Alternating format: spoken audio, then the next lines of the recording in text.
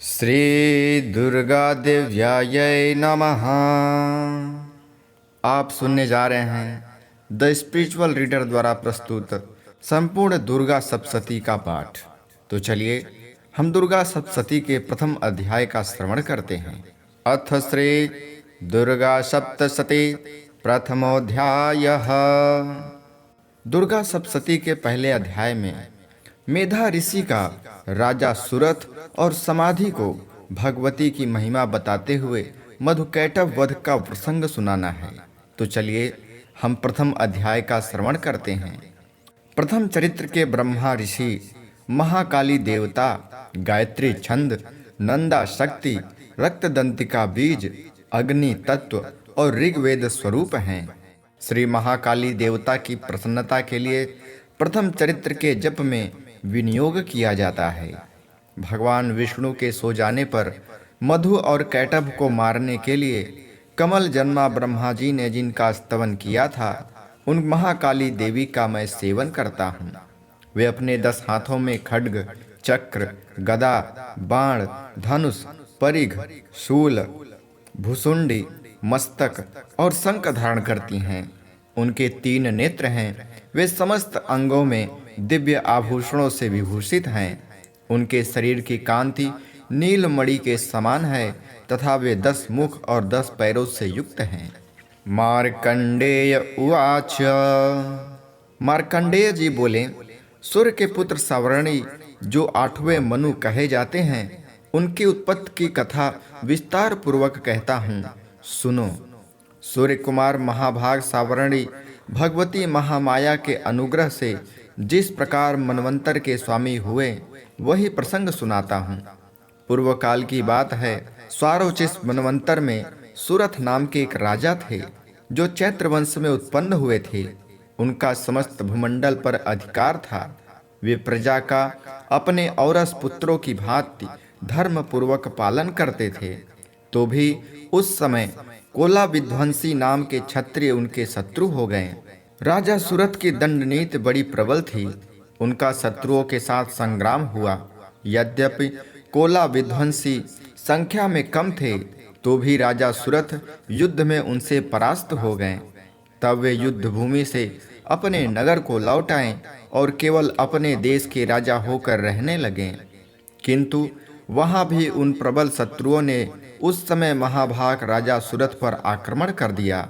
राजा का बल क्षीण हो चला था, इसलिए उनके दुष्ट, बलवान एवं दुरात्मा मंत्रियों ने वहां उनकी राजधानी में भी राजकीय सेना और खजाने को हथिया लिया। सूरत का प्रभुत्व नष्ट हो चुका था, इसलिए वे शिकार खेलने के बहाने घोड़े पर सवार हो वहां से अकेले ही एक घने जंगल में चले गए।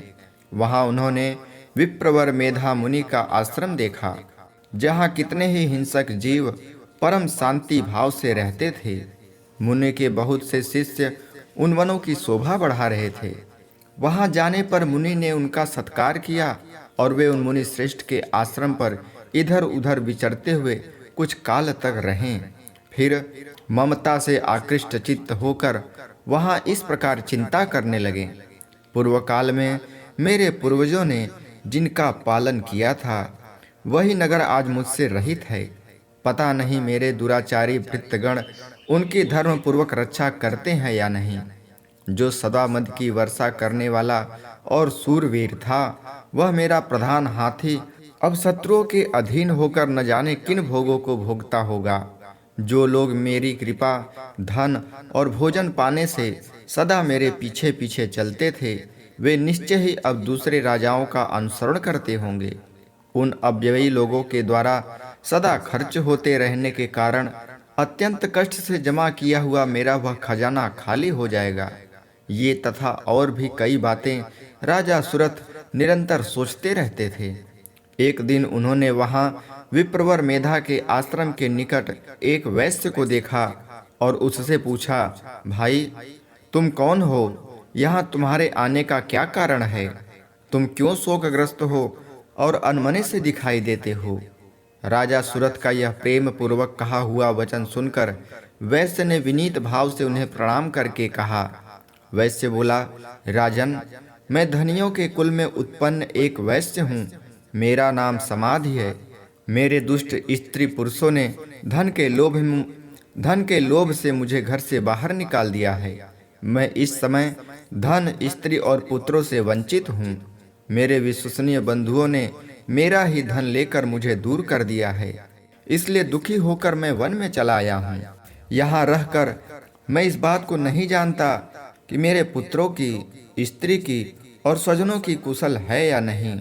इस समय घर में वे कुशल से रहते हैं अथवा उन्हें कोई कष्ट है। वे मेरे पुत्र कैसे हैं? क्या वे सदाचारी हैं अथवा दुराचारी हो गए हैं? राजन ने पूछा, जिन लोभी स्त्री पुत्र आदि ने धन के कारण तुम्हें घर से निकाल दिया, उनके प्रति तुम्हारे चित्त में इतना स्नेह का बंधन क्यों है? तब वैश्य बोला, आप मेरे विषय में जैसी बात कहते हैं वह सब ठीक है, किंतु क्या करूं, मेरा मन निष्ठुरता नहीं धारण करता।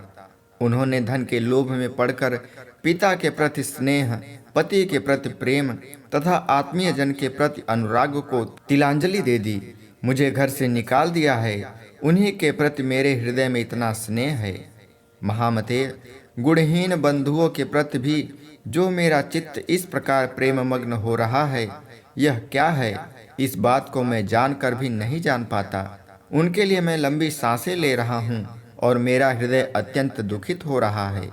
उन लोगों में प्रेम का सर्वथा अभाव है, तो भी उनके प्रति जो मेरा मन निष्ठुर नहीं हो पाता, इसके लिए क्या करूं? मार्कंडेय जी कहते हैं, ब्राह्मण, तदंतर राजाओं में श्रेष्ठ सुरथ और वह समाधि नामक वैश्य दोनों साथ साथ मेधा मुनि की सेवा में उपस्थित हुए और उनके साथ यथा योग्य न्यायानुकूल विनयपूर्ण बर्ताव करके बैठे। तत्पश्चात वैश्य और राजा ने कुछ वार्तालाप आरंभ किया। राजा ने कहा, भगवन, मैं आपसे एक बात पूछना चाहता हूँ, उसे बताइए। मेरा चित्त अपने अधीन न होने के कारण वह बात मेरे मन को बहुत दुखित देती है। जो राज्य मेरे हाथ से चला गया है, उसमें और उसके संपूर्ण अंगों में मेरी ममता बनी हुई है। मुनिश्रेष्ठ, यह जानते हुए भी कि अब वह मेरा नहीं है, अज्ञानी की भांति मुझे उसके लिए दुख होता है। यह क्या है? इधर यह वैश्य भी घर से अपमानित होकर आया है। इसके पुत्र, स्त्री और भृत्यों ने इसे छोड़ दिया है। स्वजनों ने भी इसका परित्याग कर दिया है, तो भी यह उनके प्रति अत्यंत हार्दिक स्नेह रखता है। इस प्रकार ये और मैं दोनों ही बहुत दुखी हैं। जिसमें प्रत्यक्ष दोष देखा गया है, उस विषय के लिए भी हमारे मन में ममता जनित आकर्षण पैदा हो रहा है। महाभाग, हम दोनों समझदार हैं, तो भी हम में जो मोह पैदा हुआ है, यह क्या है? विवेक शून्य पुरुष की भांति मुझ में और इसमें भी यह मूढ़ता प्रत्यक्ष दिखाई देती है। ऋषि बोले, महाभाग, विषय मार्ग का ज्ञान सब जीव को है। इसी प्रकार विषय भी सबके लिए अलग अलग है। कुछ प्राणी दिन में नहीं देखते और दूसरे रात में नहीं देखते, तथा कुछ जीव ऐसे हैं जो दिन और रात्रि में भी बराबर ही देखते हैं। यह ठीक है कि मनुष्य समझदार होते हैं, किंतु केवल वे ही ऐसे नहीं होते। पशु, पक्षी और मृग आदि सभी प्राणी समझदार होते हैं। मनुष्यों की समझ भी वैसी ही होती है जैसी उन मृग और पक्षियों की होती है, तथा जैसी मनुष्यों की होती है वैसे ही उन मृग और पक्षियों की होती है। यह तथा अन्य बातें भी प्रायः दोनों में समान ही होती हैं। समझ होने पर भी इन पक्षियों को तो देखो, ये स्वयं भूख से पीड़ित होते हुए भी मोहवश बच्चों की चोंच में कितने चाव से अन्न के दाने डाल रहे हैं। नरश्रेष्ठ, क्या तुम नहीं देखते कि ये मनुष्य समझदार होते हुए भी लोभवश अपने किए हुए उपकार का बदला पाने के लिए पुत्रों की अभिलाषा करते हैं? यद्यपि उन सब में समझ की कमी नहीं है, तथापि वे संसार की स्थिति बनाए रखने वाले भगवती महामाया के प्रभाव द्वारा ममतामय भाव से युक्त होकर के गहरे गर्त में गिराए गए हैं। इसलिए इसमें आश्चर्य नहीं करना चाहिए। जगदीश्वर भगवान विष्णु की योग निद्रा रूपा जो भगवती महामाया है, उन्हीं से यह जगत मोहित हो रहा है। वे भगवती महामाया देवी ज्ञानियों के भी चित्त को बलपूर्वक खींचकर मोह में डाल देती हैं। वे ही संपूर्ण चराचर जगत की सृष्टि करती हैं तथा वे ही प्रसन्न होने पर मनुष्यों को मुक्ति के लिए वरदान देती हैं। वे ही परा विद्या, संसार बंधन और मोक्ष की हेतुभूता सनातनी देवी तथा संपूर्ण ईश्वरों की भी अधीश्वरी हैं। तब राजा ने पूछा, भगवान, जिन्हें आप महामाया कहते हैं वे देवी कौन हैं? ब्रह्मन, उनका आविर्भाव कैसे हुआ तथा उनके चरित्र कौन कौन हैं? ब्रह्मवेत्ताओं में श्रेष्ठ महर्षि, उन देवी का जैसा प्रभाव हो, जैसा रूप हो और जिस प्रकार प्रादुर्भाव हुआ हो, वह सब मैं आपके मुख से सुनना चाहता हूँ। तब ऋषि बोले, राजन, वास्तव में तो वे देवी नित्य रूपा ही हैं। संपूर्ण जगत उन्हीं का रूप है तथा उन्होंने समस्त विश्व को व्याप्त कर रखा है। तथापि उनका प्राकट्य अनेक प्रकार से होता है, वह मुझसे सुनो। यद्यपि वे नित्य और अजन्मा हैं, तथापि जब देवताओं का कार्य सिद्ध करने के लिए प्रकट होती हैं, उस समय लोक में उत्पन्न हुई कहलाती हैं। कल्प के अंत में जब संपूर्ण जगत एकारणों में निमग्न हो रहा था और सबके प्रभु भगवान विष्णु शेष नाग की सैया बिछाकर योग निद्रा का आश्रय ले सो रहे थे, उस समय उनके कानों के मैल से दो भयंकर असुर उत्पन्न हुए, जो मधु और कैटभ के नाम से विख्यात थे। वे दोनों ब्रह्मा जी का वध करने को तैयार हो गए। भगवान विष्णु के नाभि कमल में विराजमान प्रजापति ब्रह्मा जी ने जब उन दोनों भयानक असुरों को अपने पास आया और भगवान को सोया हुआ देखा, तब एकाग्रचित्त होकर उन्होंने भगवान विष्णु को जगाने के लिए उनके नेत्रों में निवास करने वाली योग निद्रा का स्तवन आरंभ किया, जो इस विश्व की अधीश्वरी, जगत को धारण करने वाली, संसार का पालन और संहार करने वाली तथा तेजः स्वरूप भगवान विष्णु की अनुपम शक्ति है।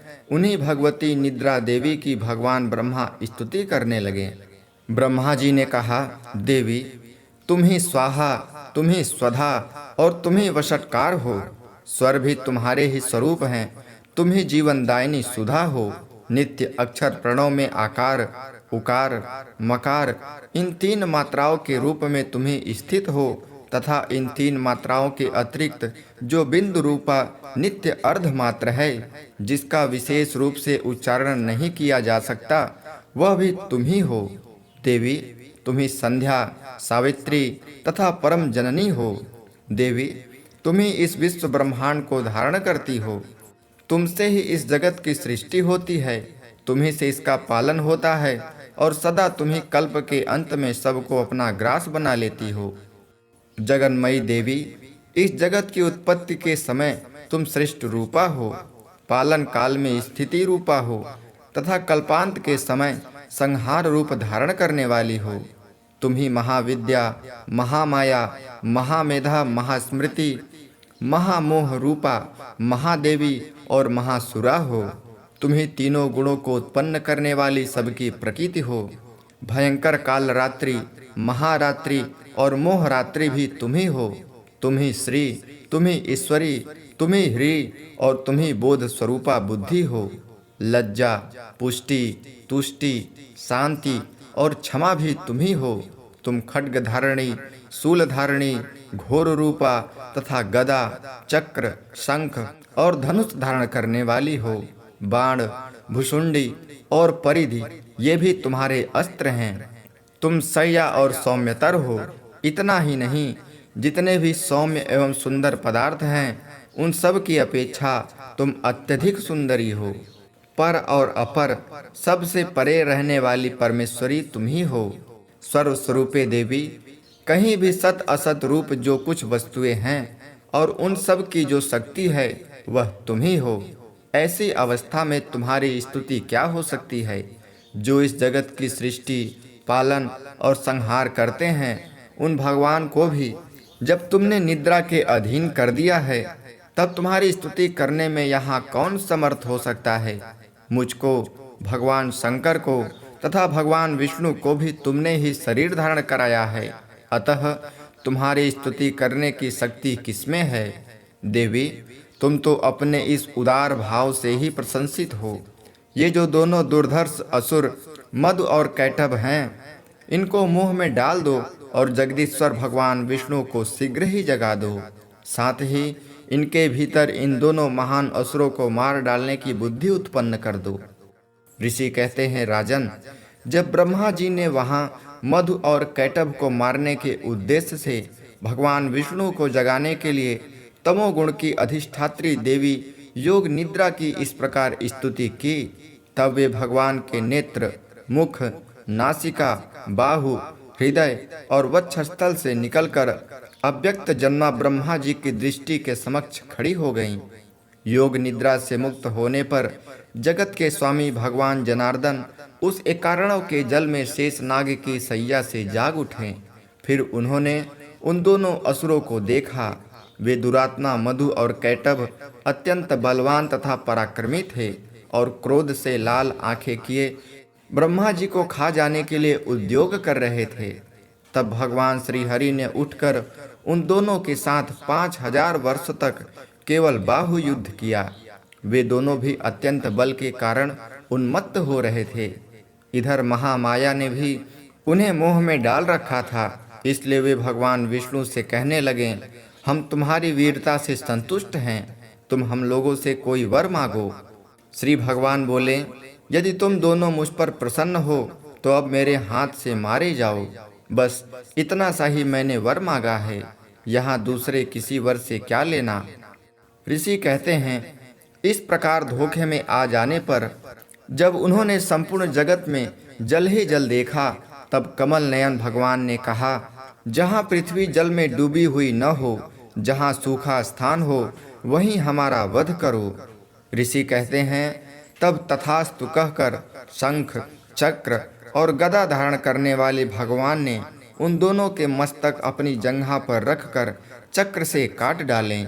इस प्रकार ये देवी महामाया ब्रह्मा जी की स्तुति करने पर स्वयं प्रकट हुई थी। अब पुनः तुमसे उनके प्रभाव का वर्णन करता हूँ, सुनो। इस प्रकार श्री मार्कंडेय पुराण में सावर्णिक मनवंतर की कथा के अंतर्गत देवी महात्म्य में मधु कैटभ वध नामक पहला अध्याय पूरा हुआ। दूसरा अध्याय देवताओं के तेज से देवी का प्रादुर्भाव और महिषासुर की सेना का वध। ऋषि कहते हैं, पूर्व काल में देवताओं और असुरों में पूरे 100 वर्षों तक घोर संग्राम हुआ था।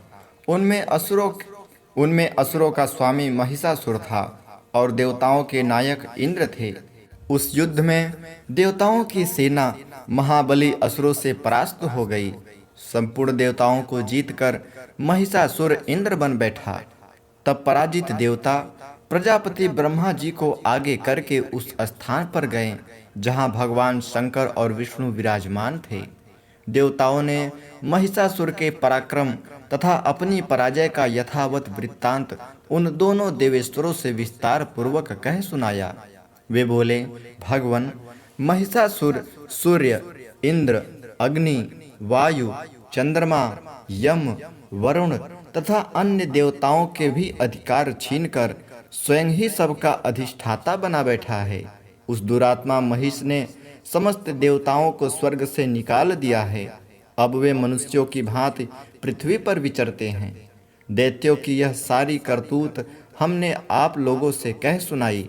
अब हम आपकी ही शरण में आए हैं। इसके वध का कोई उपाय सोचिए। इस प्रकार देवताओं के वचन सुनकर भगवान विष्णु और शिव ने दैत्यों पर बड़ा क्रोध किया। उनकी भौहें तन गईं और मुंह टेढ़ा हो गया। तब अत्यंत कोप में भरे हुए चक्रपाणी श्री विष्णु के मुख से एक महान तेज प्रकट हुआ। इसी प्रकार ब्रह्मा, शंकर तथा इंद्र आदि अन्यान्य देवताओं के शरीर से भी बड़ा भारी तेज निकला। वह सब मिलकर एक हो गया। महान तेज का वह पुंज जाज्वल्यमान पर्वत सा जान पड़ा। देवताओं ने देखा, वहां उसकी ज्वालामुखी संपूर्ण दिशाओं में व्याप्त हो रही थी। संपूर्ण देवताओं के शरीर से प्रकट हुए उस तेज की कहीं तुलना नहीं थी। एकत्रित होने पर वह एक नारी के रूप में परिणत हो गया और अपने प्रकाश से तीनों लोकों में व्याप्त जान पड़ा। भगवान शंकर का जो तेज था, उससे एक देवी का मुख प्रकट हुआ। यमराज के तेज से उसके सिर में बाल निकल आए। श्री विष्णु भगवान के तेज से उसकी भुजाएं उत्पन्न हुई। चंद्रमा के तेज से दोनों स्तनों का और इंद्र के तेज से मध्य भाग का प्रादुर्भाव हुआ। वरुण के तेज से जंघा और पिंडली तथा पृथ्वी के तेज से नितंब भाग प्रकट हुआ। ब्रह्मा के तेज से दोनों चरण और सूर्य के तेज से उसकी अंगुलियां आई हुई। वसुओं के तेज से हाथों की अंगुलियां और कुबेर के तेज से नासिका प्रकट हुई।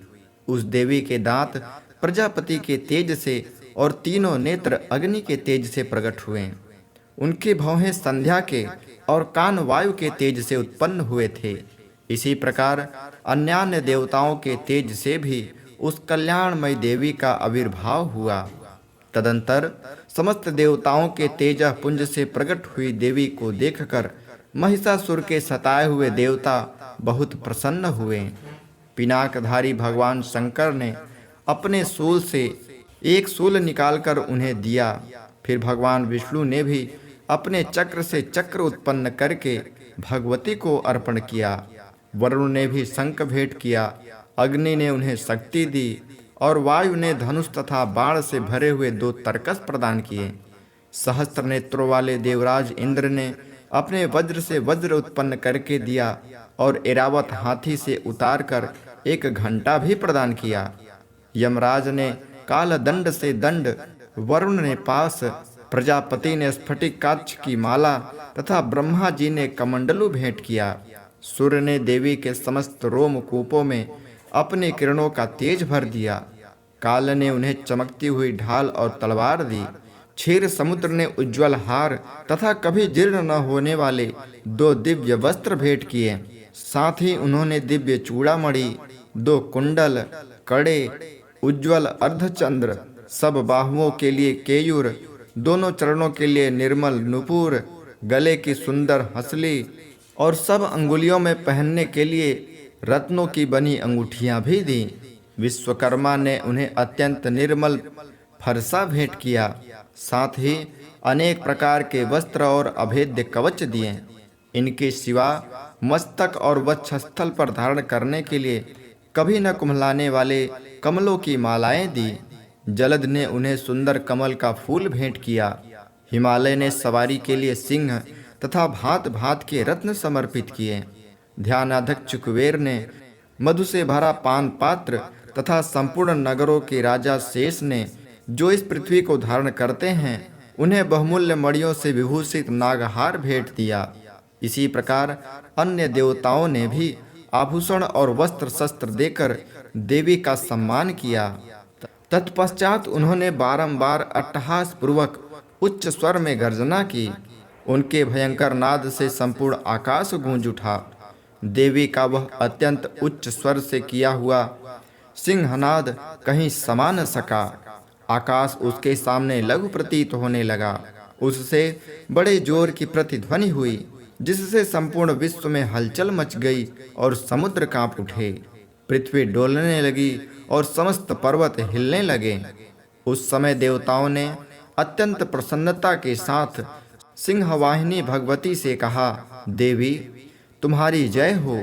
साथ ही महर्षियों ने भक्ति भाव से विनय पूर्वक होकर उनका स्तवन किया। संपूर्ण त्रिलोकी को क्षोभग्रस्त देख दैत्यगण अपनी समस्त सेनाओं को कवच आदि से सुसज्जित कर हाथों में हथियार ले सहसा उठकर खड़े हो गए। उस समय महिषासुर ने बड़े क्रोध में आकर कहा, आह यह क्या हो रहा है। फिर वह संपूर्ण असुरों से घिरकर उस सिंहनाद की ओर लक्ष्य करके दौड़ा और आगे पहुंचकर उसने देवी को देखा जो अपनी प्रभाव से तीनों लोगों को प्रकाशित कर रही थी। उनके चरणों के भार से पृथ्वी दबी जा रही थी। माथे के मुकुट से आकाश में रेखाएं खींच गई थी तथा वे अपने धनुष की टंकार से सातों पातालों को क्षुब्ध किए देती थी। देवी अपनी हजारों भुजाओं से संपूर्ण दिशाओं को आच्छादित करके खड़ी थी। तदंतर उनके साथ दैत्यों का युद्ध छिड़ा। नाना प्रकार के अस्त्र शस्त्रों के प्रहार से संपूर्ण दिशाएं उद्भासित होने लगीं।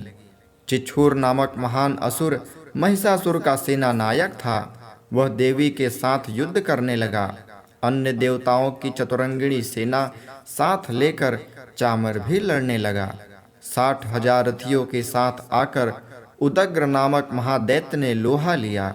1 करोड़ रथियों को साथ लेकर महाहनु नामक दैत्य युद्ध करने लगा, जिसके रोए तलवार के समान तीखे थे। वह असिलोमा नामक महादैत्य 5 करोड़ रथी सैनिकों सहित युद्ध में आकर डटा। 60 लाख रथियों से घिरा हुआ वास्कल नामक दैत्य भी उस युद्ध में लड़ने लगा। परिवारित नामक राक्षस हाथी सवार और घुड़सवारों के अनेक दलों तथा 1 करोड़ रथियों की सेना लेकर युद्ध करने लगा। विड़ाल नामक दैत्य 5 अरब रथियों से घिरकर लोहा लेने लगा। इनके अतिरिक्त और भी हजारों महादैत्य रथ, हाथी और घोड़ों की सेना को साथ लेकर वहां देवी के साथ युद्ध करने लगे। स्वयं महिषासुर उस रणभूमि में कोटि कोटि सहस्त्र रथ, हाथी और घोड़ों की सेना से घिरा हुआ था। वे दैत्य देवी के साथ तुमर, भिंदीपाल, शक्ति, मूसल, खड्ग, परशु और पट्टीस आदि अस्त्र शस्त्रों का प्रहार करते हुए युद्ध कर रहे थे। कुछ दैत्यों ने उन पर शक्ति का प्रहार किया, कुछ लोगों ने पास फेंके तथा कुछ दूसरे दैत्यों ने खड्ग प्रहार करके देवी को मार डालने का उद्योग किया। देवी ने भी क्रोध से भरकर खेल खेल में ही अपने अस्त्र शस्त्रों की वर्षा करके दैत्यों के वे समस्त अस्त्र शस्त्र काट डाले। उनके मुख पर परिश्रम या थकावट का रंच मात्र भी चिन्ह नहीं था। देवता और ऋषि उनकी स्तुति करते थे और वे भगवती परमेश्वरी दैत्यों के शरीरों पर अस्त्र शस्त्रों की वर्षा कर रही। देवी का वाहन सिंह भी क्रोध में भरकर गर्दन के बालों को हिलाता हुआ असुरों की सेना में इस प्रकार विचरने लगा, मानो वनों में दावानल फैल रहा हो। रणभूमि में दैत्यों के साथ युद्ध करती हुई अंबिका देवी ने जितने निःश्वास छोड़े, वे सभी तत्काल सैकड़ों हजारों गणों के रूप में प्रकट हो गए और परशु, भिंदीपाल, खड्ग तथा पट्टीस आदि अस्त्रों द्वारा असुरों का सामना करने लगे। देवी की शक्ति से बढ़े हुए वे गण असुरों का नाश करते हुए नगाड़ा और शंख आदि बजाने लगे। उस संग्राम महोत्सव में कितने ही गण मृदंग बजा रहे थे। तदंतर देवी ने त्रिशूल से, गदा से, शक्ति की वर्षा से और खड्ग आदि से सैकड़ों महादैत्यों का संहार कर डाला। कितनों को घंटे के भयंकर नाद से मूर्छित करके मार गिराया। बहुतेरे दैत्यों को पास से बांधकर धरती पर घसीटा। कितने ही दैत्य उनकी तीखी तलवार की मार से 2 टुकड़े हो गए। कितने ही गदा की चोट से घायल हो धरती पर सो गए। कितने ही मूसल की मार से अत्यंत आहत होकर रक्त वमन करने लगे। कुछ दैत्य सूल से छाती फट जाने के कारण पृथ्वी पर ढेर हो गए। उस रणांगण में बाण समूहों की वृष्टि से कितने ही असुरों के कमर टूट गई। बाज की तरह झपटने वाले देवपीड़क दैत्यगण अपने प्राणों से हाथ धोने लगे। किन्हीं की बाहें छिन्न भिन्न हो गईं, कितनों की गर्दनें कट गईं, कितने ही दैत्यों के मस्तक कटकर गिरने लगे। कुछ लोगों के शरीर मध्य भाग में ही विदीर्ण हो गए। कितने ही महादैत्य जांघें कट जाने से पृथ्वी पर गिर पड़े। कितनों को ही देवी ने 1 बाह, 1 पैर और 1 नेत्र वाले करके 2 टुकड़ों में चीर डाला। कितने ही दैत्य मस्तक कट जाने पर भी गिरकर फिर उठ जाते और केवल धड़ के ही रूप में अच्छे अच्छे हथियार हाथ में ले देवी के साथ युद्ध करने लगते। दूसरे कबंध युद्ध के बाजों की लय पर नाचते थे। कितने ही बिना सिर धड़ के खड्ग, शक्ति और रिष्टि लिए दौड़ते थे तथा दूसरे दूसरे महादैत्य ठहरो ठहरो यह कहते हुए देवी को युद्ध के लिए ललकारते थे। जहाँ वह घोर संग्राम हुआ था, वहाँ की धरती देवी के गिराए हुए रथ, हाथी, घोड़े और असुरों की लाशों से ऐसी पट गई थी कि वहाँ चलना फिरना असंभव हो गया था। दैत्यों की सेना में हाथी, घोड़े और असुरों के शरीरों से इतनी अधिक मात्रा में रक्तपात हुआ था कि थोड़ी ही देर में वहाँ खून की बड़ी बड़ी नदियाँ बहने लगीं। जगदम्बा ने असुरों की विशाल सेना को क्षण भर में नष्ट कर दिया।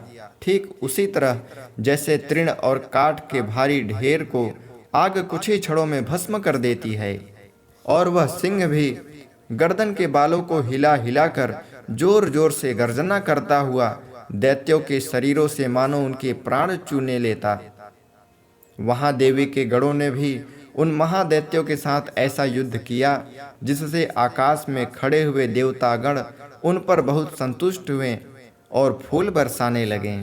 इस प्रकार मार्कंडेय पुराण में सावर्णिक मनवंतर की कथा के अंतर्गत देवी महात्म्य में महिषासुर की सेना का वध नामक दूसरा अध्याय पूरा हुआ।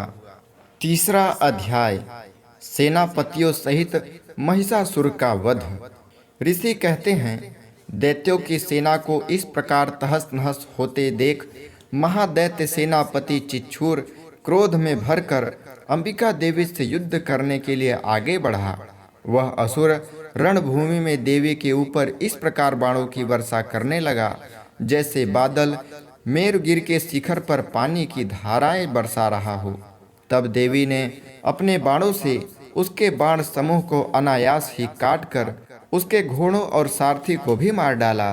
साथ ही उसके धनुष तथा अत्यंत ऊंची ध्वजा को भी तत्काल काट गिराया। धनुष कट जाने पर भी उसके अंगों को अपने बाणों से बीध डाला। धनुष, रथ, घोड़े और सारथी के नष्ट हो जाने पर वह असुर ढाल और तलवार लेकर देवी की ओर दौड़ा। उसने तीखी धार वाली तलवार से हिंस के मस्तक पर चोट करके देवी की भी बाईं भुजा में बड़े वेग से प्रहार किया। राजन, देवी की बाह पर पहुंचते ही वह तलवार टूट गई। फिर तो क्रोध से लाल आंखें करके उस राक्षस ने सूल हाथ में लिया और उसे उस महादैत्य ने भगवती भद्रकाली के ऊपर चलाया। वह सूल आकाश से गिरते हुए सूर्य मंडल की भांति अपने तेज से प्रज्वलित हो उठा। उस सूल को अपनी ओर आते देख देवी ने भी सूल का प्रहार किया।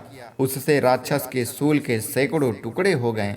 साथ ही महादैत्य चिच्छूर की भी धज्जियां उड़ गईं। वह प्राणों से हाथ धो बैठा।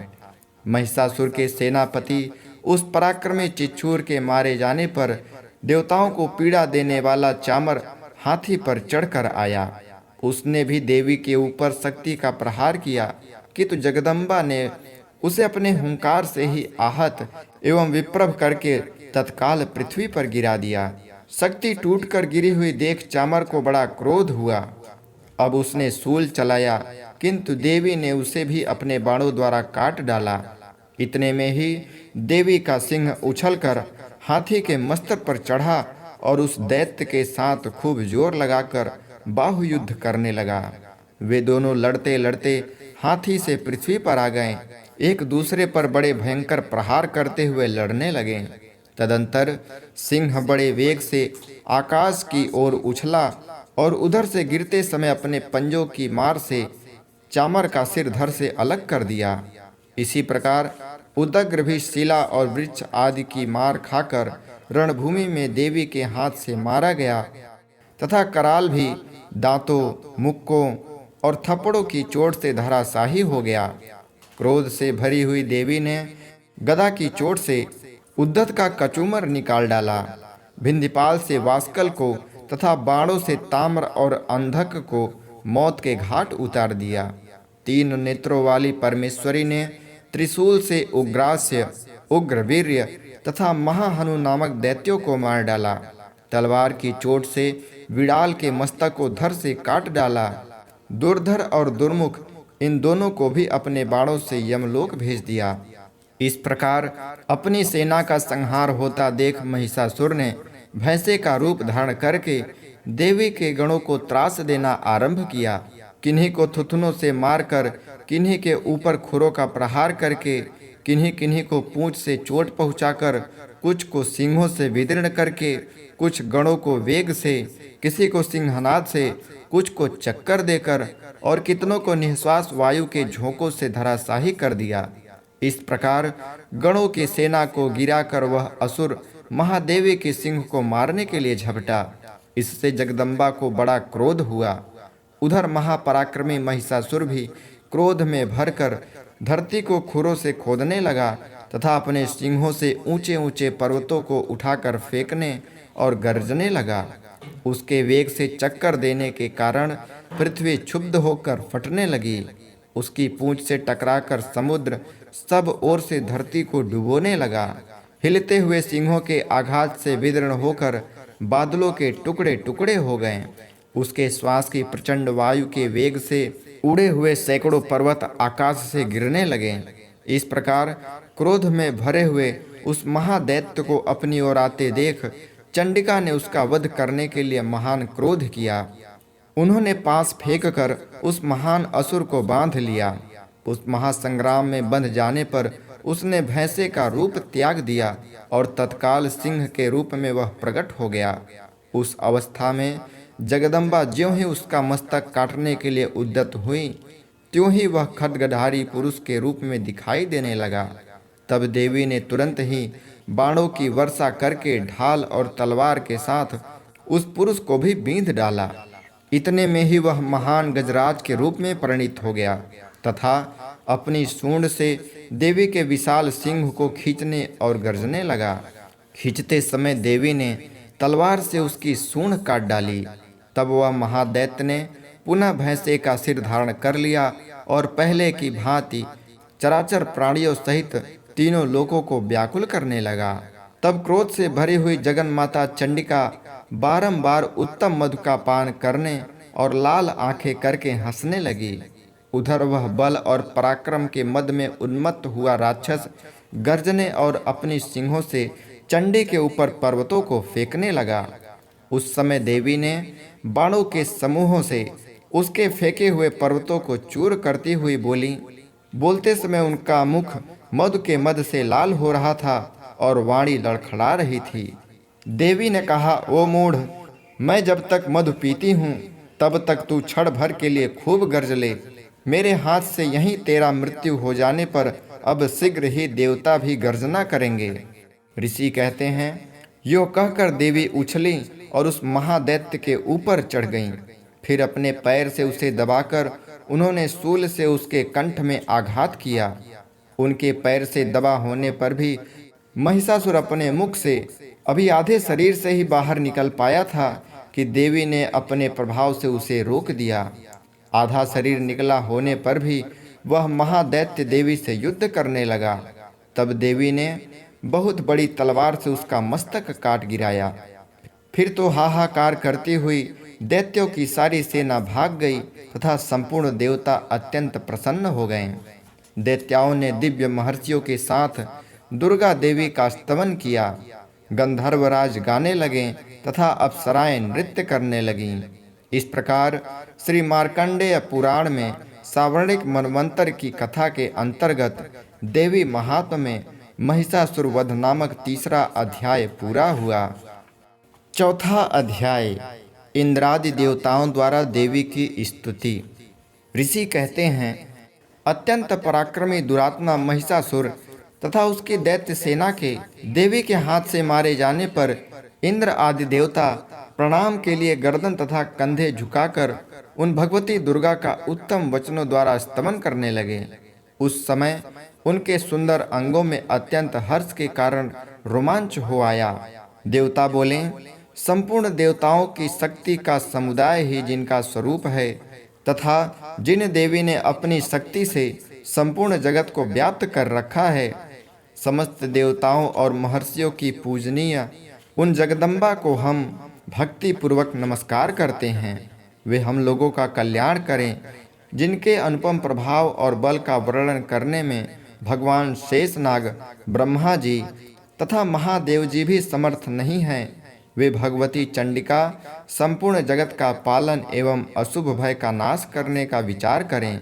जो पुण्यात्माओं के घरों में स्वयं ही लक्ष्मी रूप में, पापियों के यहाँ दरिद्र रूप में, शुद्ध अंतःकरण वाले पुरुषों के हृदय में बुद्धि रूप में, सत्पुरुषों में श्रद्धा रूप से तथा कुलीन मनुष्यों में लज्जा रूप में निवास करती हैं, उन आप भगवती दुर्गा को हम नमस्कार करते हैं। देवी, आप संपूर्ण विश्व का पालन कीजिए।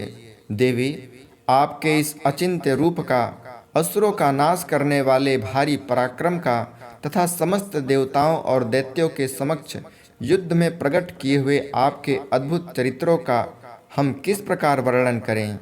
आप संपूर्ण जगत की उत्पत्ति में कारण हैं। आप में सत्वगुण, रजोगुण और तमोगुण ये तीनों गुण मौजूद हैं, तो भी दोषों के साथ आपका संसर्ग नहीं जान पड़ता। भगवान विष्णु और महादेव जी आदि देवता भी आपका पार नहीं पाते हैं। आप ही सबका आश्रय हैं।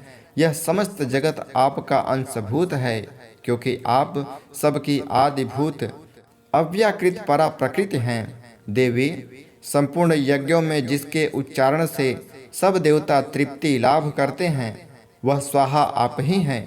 इसके अतिरिक्त आप पितरों की तृप्ति का कारण है, अतएव सब लोग आपको स्वधा भी कहते हैं। देवी, जो मोक्ष की प्राप्ति का साधन है, अचिंत महाव्रत स्वरूपा है, समस्त दोषों से रहित जितेंद्रिय, तत्व को ही सार वस्तु मानने वाली तथा मोक्ष की अभिलाषा करने वाली मुनिजन जिनका अभ्यास करते हैं, वह भगवती परा विद्या आप ही हैं। आप शब्द स्वरूपा हैं। अत्यंत निर्मल ऋग्वेद, यजुर्वेद तथा उद्गीत के मनोहर पदों के पाठ से युक्त सामवेद का आधार भी आप ही हैं। आप देवी, त्रयी और भगवती हैं। इस विश्व की उत्पत्ति एवं पालन के लिए आप ही वार्ता के रूप में प्रकट हुई। आप संपूर्ण जगत की घोर पीड़ा का नाश करने वाली देवी, जिससे समस्त शास्त्रों के सार का ज्ञान होता है, वह मेधा शक्ति आप ही हैं। दुर्गम भवसागर से पार उतारने वाली नौका रूप दुर्गा देवी भी आप ही हैं। आपकी कहीं भी आसक्ति नहीं है। कैटभ के शत्रु भगवान विष्णु के वक्षस्थल में एकमात्र निवास करने वाली भगवती लक्ष्मी तथा भगवान चंद्रशेखर द्वारा सम्मानित गौरी देवी भी आप ही हैं। आपका मुख मंद मुस्कान से सुशोभित निर्मल पूर्ण चंद्रमा के बिंब का अनुकरण करने वाला है और उत्तम स्वर्ण की मनोहर कांति से कमनीय है। तो भी उसे देखकर महिषासुर को क्रोध हुआ और सहसा उसने उस पर प्रहार कर दिया। यह बड़े आश्चर्य की बात है। देवी, वही मुख जब क्रोध से युक्त होने पर उदय काल के चंद्रमा की भांति लाल और तनी हुई भौहों के कारण विकराल हो उठा, तब उसे देखकर जो महिषासुर के प्राण तुरंत निकल गए। यह उससे भी बढ़कर आश्चर्य की बात है, क्योंकि क्रोध में भरे हुए यमराज को देखकर भला कौन जीवित रह सकता है। देवी, आप प्रसन्न हो। परमात्मा स्वरूपा, आपके प्रसन्न होने पर जगत का अभ्युदय होता है और क्रोध में भर जाने पर आप तत्काल ही कितने कुलों का सर्वनाश कर डालती हैं। यह बात अभी अनुभव में आई है, क्योंकि महिषासुर की यह विशाल सेना क्षण भर में आपके कोप से नष्ट हो गई है। सदा अभ्युदय प्रदान करने वाली आप जिस पर प्रसन्न रहती हैं, वे ही देश में सम्मानित हैं। उन्हीं को धन और यश की प्राप्ति होती है। उन्हीं का धर्म कभी शिथिल नहीं होता तथा वे ही अपने हृष्ट पुष्ट स्त्री पुरुष और भृत्यों के साथ धान्य माने जाते हैं। देवी, आपकी ही कृपा से पुण्यात्मा पुरुष प्रतिदिन अत्यंत श्रद्धा पूर्वक सदा सब प्रकार के धर्मानुकूल कर्म करता है और उसके प्रभाव से स्वर्गलोक में जाता है। इसलिए आप तीनों लोकों में निश्चय ही मनोवांछित फल देने वाली हैं। माँ दुर्गे, आप स्मरण करने पर सब प्राणियों का भय हर लेती हैं और स्वस्थ पुरुषों द्वारा चिंतन करने पर उन्हें परम कल्याणमय बुद्धि प्रदान करती हैं। दुख, दरिद्रता और भय को हरने वाली देवी, आपके सिवा दूसरी कौन है, जिसका चित्त सबका उपकार करने के लिए सदा ही दयाद्र रहता हो। देवी, इन राक्षसों के मारने से संसार को सुख मिले तथा ये राक्षस चिरकाल तक नरक में रहने के लिए भले ही पाप करते हों, इस समय संग्राम में मृत्यु को प्राप्त होकर स्वर्गलोक में जाएं। निश्चय ही यही सोचकर आप शत्रुओं का वध करती हैं। आप शत्रुओं पर शस्त्रों का प्रहार क्यों करती हैं? समस्त असुरों को दृष्टिपात मात्र से ही भस्म क्यों नहीं कर देती? इसमें एक रहस्य है। यह शत्रु भी हमारे शस्त्रों से पवित्र होकर उत्तम लोकों में जाएं। इस प्रकार उनके प्रति भी आपका विचार अत्यंत उत्तम रहा है।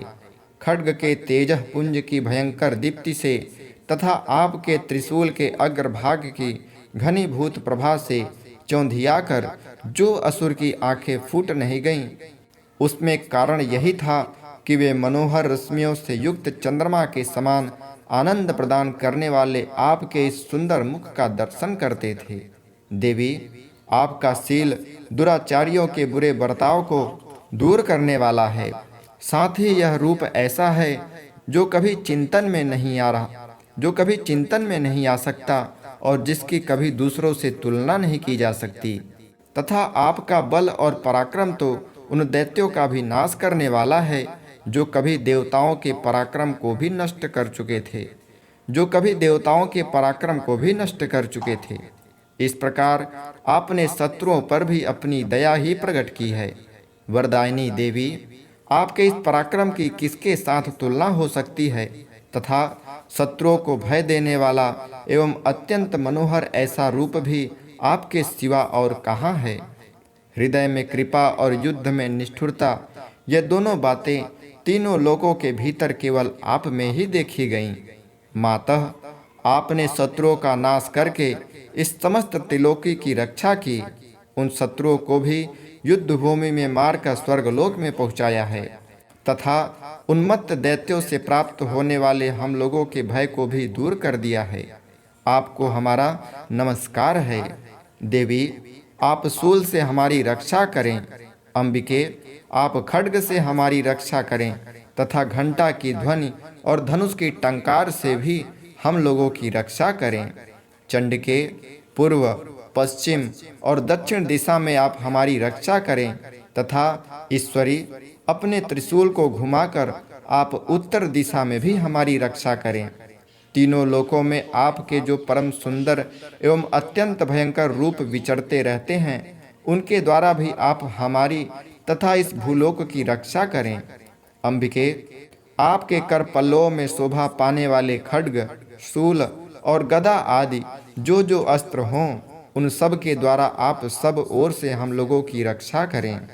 ऋषि कहते हैं, इस प्रकार जब देवताओं ने जगन माता दुर्गा की स्तुति की और नंदन वन में दिव्य पुष्पों एवं गंध चंदन आदि के द्वारा उनका पूजन किया, फिर सब ने मिलकर जब भक्ति पूर्वक दिव्य धूपों की सुगंध निवेदन की, तब देवी ने प्रसन्न होकर प्रणाम करते हुए सब देवताओं से कहा। देवी बोली, देवताओं, तुम सब लोग मुझसे जिस वस्तु की अभिलाषा रखते हो उसे मांगो। देवता बोले, भगवती ने हमारी सब इच्छा पूर्ण कर दी, अब कुछ भी बाकी नहीं है, क्योंकि हमारा यह शत्रु महिषासुर मारा गया। महेश्वरी, इतने पर भी यदि आप हमें और वर देना चाहती हैं, तो हम जब जब आपका स्मरण करें, तब तब आप दर्शन देकर हम लोगों के महान संकट दूर कर दिया करें। तथा प्रसन्नमुखी अंबिके, जो मनुष्य इस स्तोत्र द्वारा आपकी स्तुति करे, उसे वित्त, समृद्धि और वैभव देने के साथ ही उनकी धन और स्त्री आदि संपत्तियों को बढ़ाने के लिए आप सदा हम पर प्रसन्न हों। ऋषि कहते हैं, राजन, देवताओं ने जब अपने तथा जगत के कल्याण के लिए भद्रकाली देवी को इस प्रकार प्रसन्न किया, तब वे तथास्तु कहकर वहीं अंतर्धान हो गईं। भूपाल, इस प्रकार पूर्व काल में तीनों लोकों का हित चाहने वाली देवी जिस प्रकार देवताओं के शरीर में प्रकट हुई थी, वह सब कथा मैंने कह सुनाई। अब पुनः देवताओं का उपकार करने वाली वे देवी दुष्ट दैत्यों तथा शुंभ निशुंभ का वध करने एवं सब लोगों की रक्षा करने के लिए गौरी देवी के शरीर में जिस प्रकार प्रकट हुई थी, वह सब प्रसंग मेरे मुंह से सुनो, मैं उसका तुमसे यथावत वर्णन करता हूँ। इस प्रकार दुर्गा सप्तशती का चौथा अध्याय संपूर्ण हुआ। पांचवा अध्याय, देवताओं द्वारा देवी की स्तुति। चंडमुंड के मुख से अंबिका के रूप की प्रशंसा सुनकर शुंभ का उनके पास दूत भेजना और दूत का निराश लौटना। ऋषि कहते हैं, पूर्व काल में शुंभ और निशुंभ नामक असुरों ने अपने बल के घमंड में आकर साचीपति इंद्र के हाथ से तीनों लोकों का राज्य और यज्ञ भाग छीन लिए।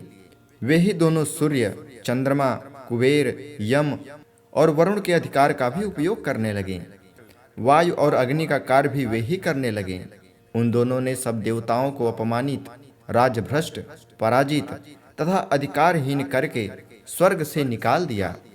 उन दोनों महान असुरों से तिरस्कृत देवताओं ने अपराजिता देवी का स्मरण किया और सोचा, जगदम्बा ने हम लोगों को वर दिया था कि आपत्ति काल में स्मरण करने पर मैं तुम्हारी सब आपत्तियों का तत्काल नाश कर दूंगी। यह विचार कर देवता गिरिराज हिमालय गए और वहां भगवती विष्णु माया की स्तुति करने लगे। देवता बोले, देवी को नमस्कार है, महादेवी शिवा को सर्वदा नमस्कार है, प्रकृति एवं भद्रा को प्रणाम है। हम लोग नियम पूर्वक जगदम्बा को नमस्कार करते हैं, रौद्र को नमस्कार करते हैं, नित्या, गौरी एवं धात्री को बारंबार नमस्कार है। ज्योत्सनामयी, चंद्ररूपिणी एवं सुख रूपा देवी को सतत प्रणाम है। शरणागतों का कल्याण करने वाली वृद्धि एवं सिद्धि रूपा देवी को हम बारंबार नमस्कार करते हैं। नैऋति यानी राक्षसों की लक्ष्मी, राजाओं की लक्ष्मी तथा सर्वाणी यानी शिव पत्नी स्वरूपा आप जगदम्बा को बार बार नमस्कार है। दुर्गा, दुर्गपरा, सारा, सर्वकारिणी, ख्याति, कृष्णा और धूम्रा देवी को नमस्कार है। अत्यंत सौम्य तथा अत्यंत रौद्रा रूपा देवी को हम नमस्कार करते हैं, उन्हें हमारा बारंबार प्रणाम है। जगत की आधारभूता कृति देवी को बारंबार नमस्कार है। जो देवी सब प्राणियों में विष्णु माया के नाम से कही जाती हैं, उनको नमस्कार, उनको नमस्कार, उनको बारंबार नमस्कार है। जो देवी सब प्राणियों में चेतना कहलाती हैं, उनको नमस्कार, उनको नमस्कार, उनको बारंबार नमस्कार है। जो देवी सब प्राणियों में बुद्धि रूप में स्थित हैं, उनको नमस्कार, उनको नमस्कार, उनको बारंबार नमस्कार है। जो देवी सब प्राणियों में निद्रा रूप में स्थित हैं, उनको नमस्कार, उनको नमस्कार, उनको बारंबार नमस्कार है। जो देवी सब प्राणियों में क्षुधा रूप में स्थित हैं, उनको नमस्कार, उनको नमस्कार, उनको बारंबार नमस्कार है। जो देवी सब प्राणियों में छाया रूप में स्थित हैं, उनको नमस्कार, उनको नमस्कार, उनको बारंबार नमस्कार है। जो देवी सब प्राणियों में शक्ति रूप में स्थित हैं, उनको नमस्कार, उनको नमस्कार, उनको बारंबार नमस्कार है।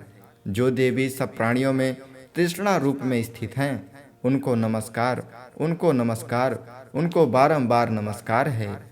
जो देवी सब प्राणियों में शांति यानी क्षमा रूप में स्थित हैं, उनको नमस्कार, उनको नमस्कार, उनको बारंबार नमस्कार है। जो देवी सब प्राणियों में जाति रूप में स्थित हैं, उनको नमस्कार, उनको नमस्कार, उनको बारंबार नमस्कार है। जो देवी सब प्राणियों में लज्जा रूप में स्थित हैं, उनको नमस्कार, उनको नमस्कार, उनको बारंबार नमस्कार है। जो देवी सब प्राणियों में शांति रूप में स्थित हैं, उनको नमस्कार, उनको नमस्कार, उनको बारंबार नमस्कार है। जो देवी सब प्राणियों में श्रद्धा रूप में स्थित हैं, उनको नमस्कार, उनको नमस्कार, उनको बारंबार नमस्कार है। जो देवी सब प्राणियों में कांति रूप में स्थित हैं, उनको नमस्कार, उनको नमस्कार, उनको बारंबार नमस्कार है। जो देवी सब प्राणियों में लक्ष्मी रूप में स्थित हैं, उनको नमस्कार, उनको नमस्कार, उनको बारंबार नमस्कार है। जो देवी सब प्राणियों में वृत्ति रूप में स्थित हैं, उनको नमस्कार, उनको नमस्कार, उनको बारंबार नमस्कार है।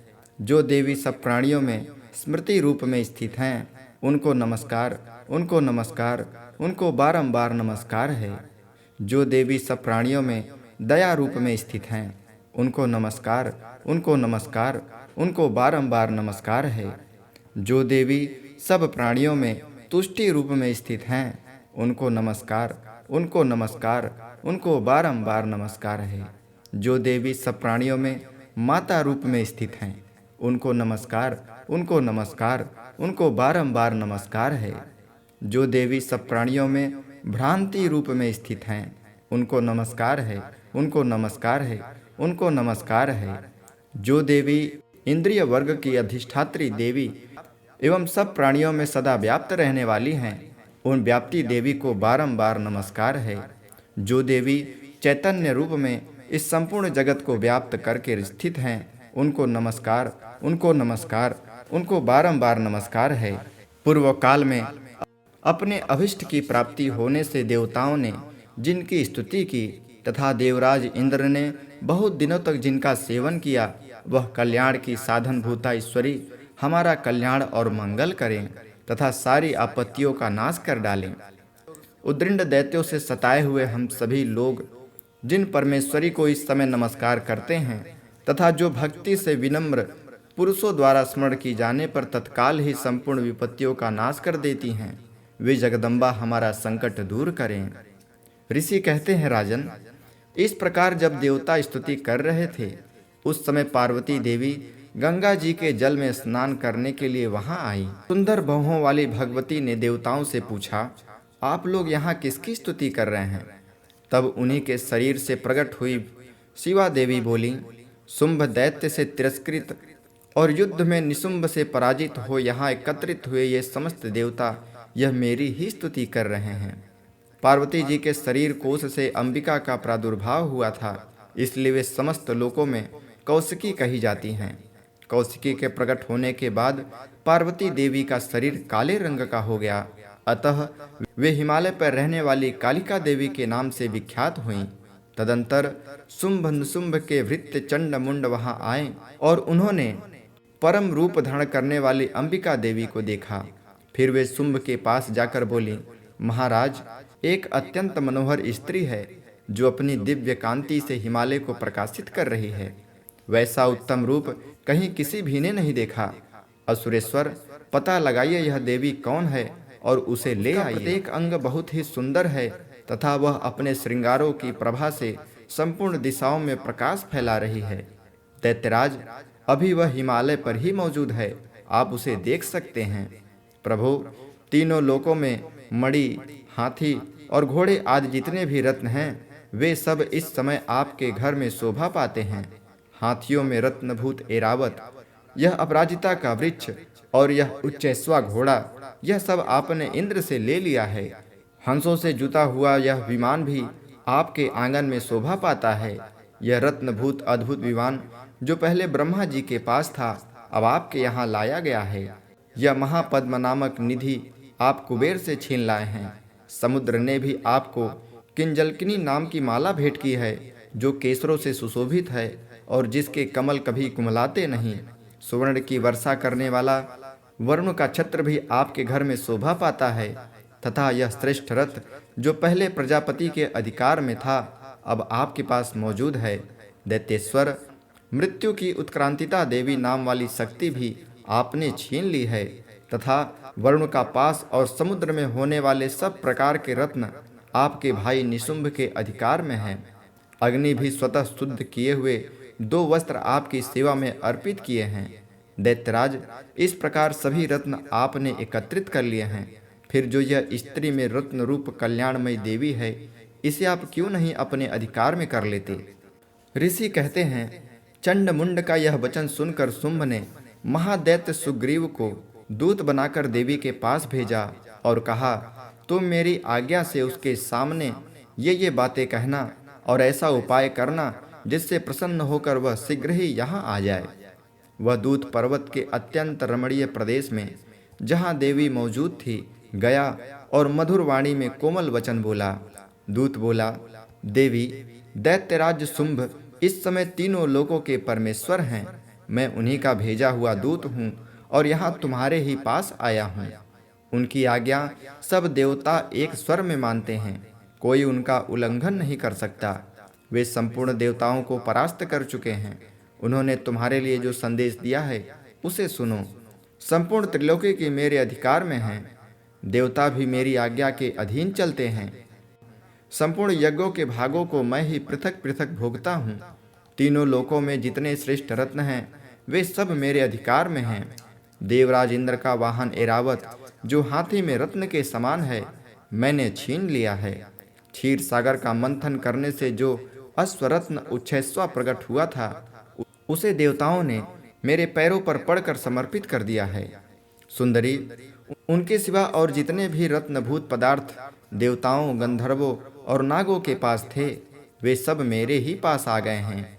देवी, हम लोग तुम्हें संसार की स्त्री में रत्न मानते हैं, अतः तुम हमारे पास आओ, क्योंकि रत्नों का उपभोग करने वाले हम ही हैं। चंचल कटाक्षों वाली सुंदरी, तुम मेरी या मेरे भाई महापराक्रमी निशुंभ की सेवा में आ जाओ, क्योंकि तुम रत्न स्वरूपा हो। मेरा वरण करने से तुम्हें तुलना रहित महान ऐश्वर्य की प्राप्ति होगी। अपनी बुद्धि से यह विचार कर तुम मेरी पत्नी बन जाओ। ऋषि कहते हैं, दूत के योग कहने पर कल्याणमयी भगवती दुर्गा देवी, जो इस जगत को धारण करती हैं, मन ही मन गंभीर भाव से मुस्कुराईं और इस प्रकार बोली। देवी ने कहा, दूत, तुमने सत्य कहा है, इसमें तनिक भी मिथ्या नहीं है। शुंभ तीनों लोकों का स्वामी है और निशुंभ भी उसी के समान पराक्रमी है, किंतु इस विषय में मैंने जो प्रतिज्ञा कर ली है उसे मिथ्या कैसे करूं? मैंने अपनी अल्प बुद्धि के कारण पहले से ही जो प्रतिज्ञा कर रखी है उसे सुनो। जो मुझे संग्राम में जीत लेगा, जो मेरे अभिमान को चूर्ण कर देगा तथा संसार में जो मेरे समान बलवान होगा, वही मेरा स्वामी होगा। इसलिए शुंभ अथवा महादैत्य निशुंभ स्वयं ही यहाँ पधारे और मुझे जीतकर शीघ्र ही मेरा पाणी ग्रहण कर लें। इसमें विलंब की क्या आवश्यकता है? दूत बोला, देवी, तुम घमंड में भरी हो, मेरे सामने ऐसी बातें न करो। तीनों लोकों में कौन ऐसा पुरुष है जो शुंभ निशुंभ के समान खड़ा हो सके? देवी, अन्य दैत्यों के सामने भी सारे देवता युद्ध में नहीं ठहर सकते, फिर तुम अकेली स्त्री होकर कैसे ठहर सकती हो? जिन शुंभ आदि दैत्यों के सामने इंद्र आदि सब देवता भी युद्ध में खड़े नहीं हुए, उनके सामने तुम स्त्री होकर कैसे आओगी? इसलिए तुम मेरे ही कहने से शुंभ निशुंभ के पास चली जाओ। ऐसा करने से तुम्हारे गौरव की रक्षा होगी, अन्यथा जब वे केस पकड़कर घसीटेंगे तब तुम्हें अपनी प्रतिष्ठा खोकर जाना पड़ेगा। देवी ने कहा, तुम्हारा कहना ठीक है, शुंभ बलवान है और निशुंभ भी बड़े पराक्रमी हैं, किंतु क्या करूं? मैंने पहले बिना सोचे समझे प्रतिज्ञा कर ली है। अतः अब तुम आओ, मैंने तुमसे जो कुछ कहा है वह सब दैत्यराज से आदर पूर्वक कहना।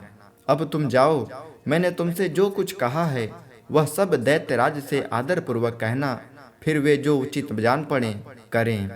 इस प्रकार श्री मार्कंडेय पुराण में सावर्णिक मनवंतर की कथा के अंतर्गत देवी महात्म्य में देवी दूत संवाद नामक 5वां अध्याय पूरा हुआ।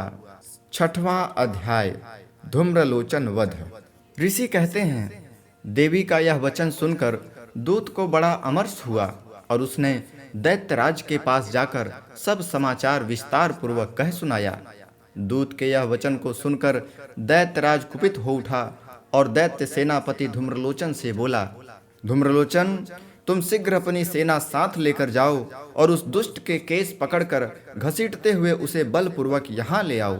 उसकी रक्षा करने के लिए यदि कोई दूसरा खड़ा हो तो वह देवता, यक्ष अथवा गंधर्व ही क्यों न हो, उसे अवश्य मार डालना।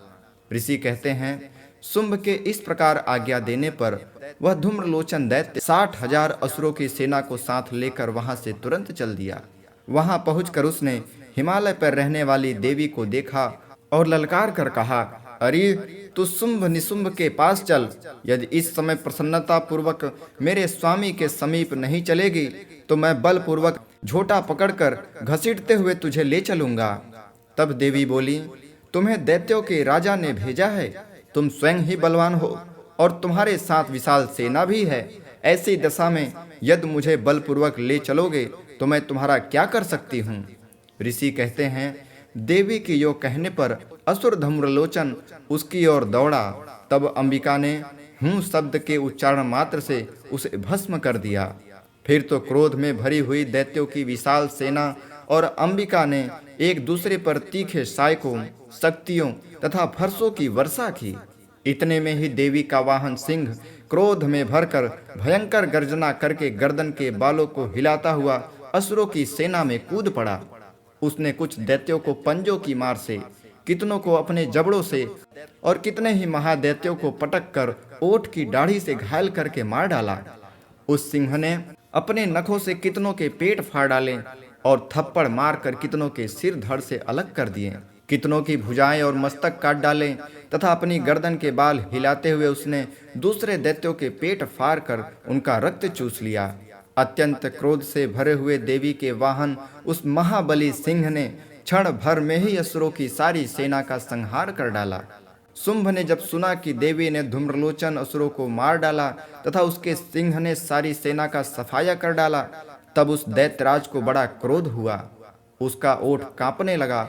उसने चंड और मुंड नाम के 2 महादैत्यों को आज्ञा दी, हे चंड और हे मुंड, तुम लोग बहुत बड़ी सेना लेकर वहां जाओ। उस देवी के झोटे पकड़कर अथवा उसे बांधकर शीघ्र ले आओ। यदि इस प्रकार उसको लाने में संदेह हो तो युद्ध में सब प्रकार के अस्त्र शस्त्रों तथा समस्त आसुरी सेना का प्रयोग करके उसकी हत्या कर डालना। उस दुष्ट की हत्या होने तथा सिंह के भी मारे जाने पर उस अंबिका को बांधकर साथ ले शीघ्र ही लौटाना। इस प्रकार श्री मार्कंडेय पुराण में सावर्णिक मनवंतर की कथा के अंतर्गत देवी महात्म्य में धूम्रलोचन वध नामक 6वां अध्याय पूरा हुआ। 7वां अध्याय चंड और मुंड का वध। ऋषि कहते हैं, तदंतर शुंभ की आज्ञा पाकर वे चंड मुंड आदि दैत्य चतुरंगड़ी सेना के साथ अस्त्र शस्त्रों से सुसज्जित हो चल दिए। फिर गिरिराज हिमालय के सुवर्णमय ऊंचे शिखर पर पहुंचकर उन्होंने सिंह पर बैठी देवी को देखा। वे मंद मंद मुस्कुरा रही थी। उन्हें देखकर दैत्य लोग तत्परता से पड़ने का उद्योग करने लगे। किसी ने धनुष तान लिया, किसी ने तलवार संभाली और कुछ लोग देवी के पास आकर खड़े हो गए। तब अंबिका ने उन शत्रुओं के प्रति बड़ा क्रोध किया। उस समय क्रोध के कारण उनका मुख काला पड़ गया, ललाट में भौहें टेढ़ी हो गईं और वहां से तुरंत विकराल मुखी काली प्रकट हुई। तो जो तलवार और पास लिए हुए थी, वे विचित्र खड्वांग धारण किए और चीते के चर्म की साड़ी पहने नर मुंडों की माला से विभूषित थी। उनके शरीर का मांस सूख गया था, केवल हड्डियों का ढांचा था, जिससे वे अत्यंत भयंकर जान पड़ती थी। उनका मुख बहुत विशाल था, जीभ लपलपाने के कारण वे और भी डरावनी प्रतीत होती थी। उनकी आंखें भीतर को धसी हुई और कुछ लाल थी। वे अपनी भयंकर गर्जना से संपूर्ण दिशाओं को गुंजा रही थी। बड़े बड़े दैत्यों का वध करती हुई वे कालिका देवी बड़े वेग से दैत्यों की उस सेना पर टूट पड़ी और उन सब को भक्षण करने लगी। वे पार्श्वरक्षकों, अंकुशधारी महावतों, योद्धाओं और घंटा सहित कितने ही हाथियों को एक ही हाथ से पकड़कर मुंह में डाल लेती थी। इसी प्रकार घोड़े, रथ और सारथी के साथ रथी सैनिकों को मुंह में डालकर वे बड़े भयानक रूप से चबा डालती थी। किसी के बाल पकड़ लेती, किसी का गला दबा लेती, किसी को पैर से कुचल देती और किसी को छाती के धक्के से गिराकर मार डालती थी। वे असुरों के छोड़े हुए बड़े बड़े अस्त्र शस्त्र मुंह में पकड़ लेती और रोष में भरकर उनको दांतों से पीस डालती थी। काली ने बलवान एवं दुरात्मा दैत्यों की वह सारी सेना रौंद डाली, खा डाली और कितनों को मार भगाया। कोई तलवार के घाट उतारे गए, कोई खटवांग से पीटे गए और कितने ही असुर दांतों के अग्रभाग से कुचले जाकर मृत्यु को प्राप्त हुए। इस प्रकार देवी ने असुरों की उस सारी सेना को क्षण भर में मार गिराया। यह देखकर चंड उन अत्यंत भयानक काली देवी की ओर दौड़ा तथा महादैत्य मुंड ने भी अत्यंत भयंकर बाणों की वर्षा से तथा हजारों बाण चलाते हुए चक्रों के उन भयानक नेत्रों वाली देवी को आच्छादित कर दिया। वे अनेकों चक्र देवी के मुख में समाते हुए ऐसे जान पड़े मानो सूर्यों के बहुतेरे मंडल बादलों के उदर में प्रवेश कर रहे हों। तब भयंकर गर्जना करने वाली काली ने अत्यंत रोष में भरकर विकट अट्टहास किया। उस समय उनके विकराल वर्दन से भीतर कठिनता से देखे जा सकने वाले दांतों की प्रभा से वे अत्यंत उज्जवल दिखाई देती थी। देवी ने बहुत बड़ी तलवार हाथ में ले हंग का उच्चारण करके चंड पर धावा किया और उसके केस पकड़कर उसी तलवार से उसका मस्तक काट डाला। चंड को मारा गया देखकर मुंड भी देवी की ओर दौड़ा। तब देवी ने रोष में भरकर उसे भी तलवार से घायल करके धरती पर सुला दिया। महापराक्रमी चंड और मुंड को मरा देख मरने से बची हुई बाकी सेना भय से व्याकुल हो चारों ओर भाग गई। तदंतर काली ने चंड और मुंड का मस्तक हाथ में ले चंडिका के पास जाकर प्रचंड अट्टहास करते हुए कहा, देवी, मैंने चंड और मुंड नामक इन 2 महापशुओं को तुम्हें भेंट किया है। अब युद्ध में तुम शुंभ और निशुंभ का स्वयं ही वध करना। ऋषि कहते हैं, वहां लाए हुए उन चंड मुंड नामक महादैत्यों को देखकर कल्याणमय चंडी ने काली से मधुर वाणी में कहा, देवी, तुम चंड और मुंड को लेकर मेरे पास आई हो, इसलिए संसार में चामुंडा के नाम से तुम्हारी ख्याति होगी। इस प्रकार मार्कंडेय पुराण में सावर्णिक मनवंतर की कथा के अंतर्गत देवी महात्म्य में चंड मुंड वध नामक 7वां अध्याय पूरा हुआ। 8वां अध्याय रक्त बीज वध। ऋषि कहते हैं, चंड और मुंड नामक दैत्यों के मारे जाने तथा बहुत सी सेना का संहार हो जाने पर दैत्यों के राजा प्रतापी शुंभ के मन में बड़ा क्रोध हुआ और उसने दैत्यों की संपूर्ण सेना को युद्ध के लिए कूच करने के लिए आज्ञा दी। वह बोला, आज उदायुध नाम के 86 दैत्य सेनापति अपनी सेनाओं के साथ युद्ध के लिए प्रस्थान करें। कंबू नाम वाले दैत्यों के 84 सेना नायक अपनी वाहिनी से घिरे हुए यात्रा करें। 50 कोटि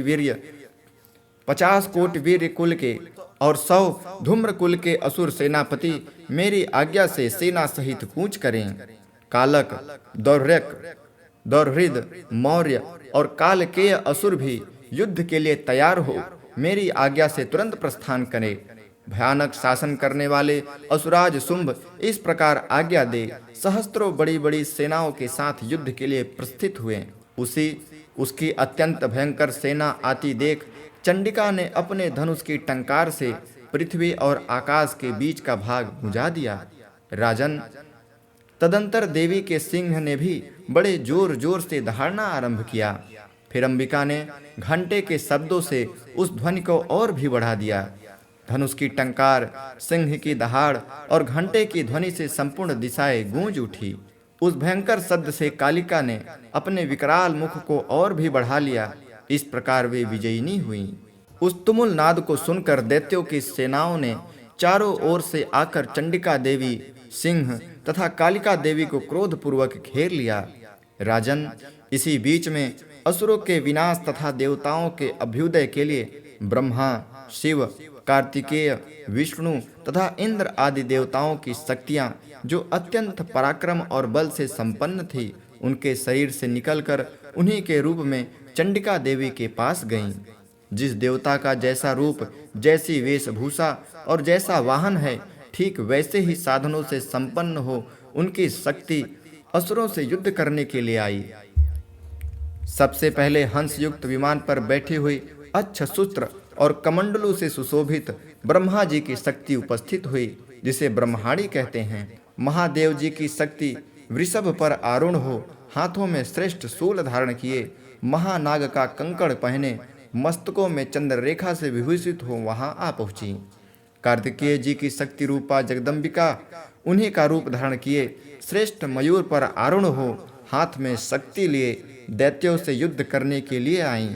इसी प्रकार भगवान विष्णु की शक्ति गरुण पर विराजमान हो, शंख, चक्र, गदा, सारंग, धनुष तथा खड्ग हाथ में लिए वहां आई।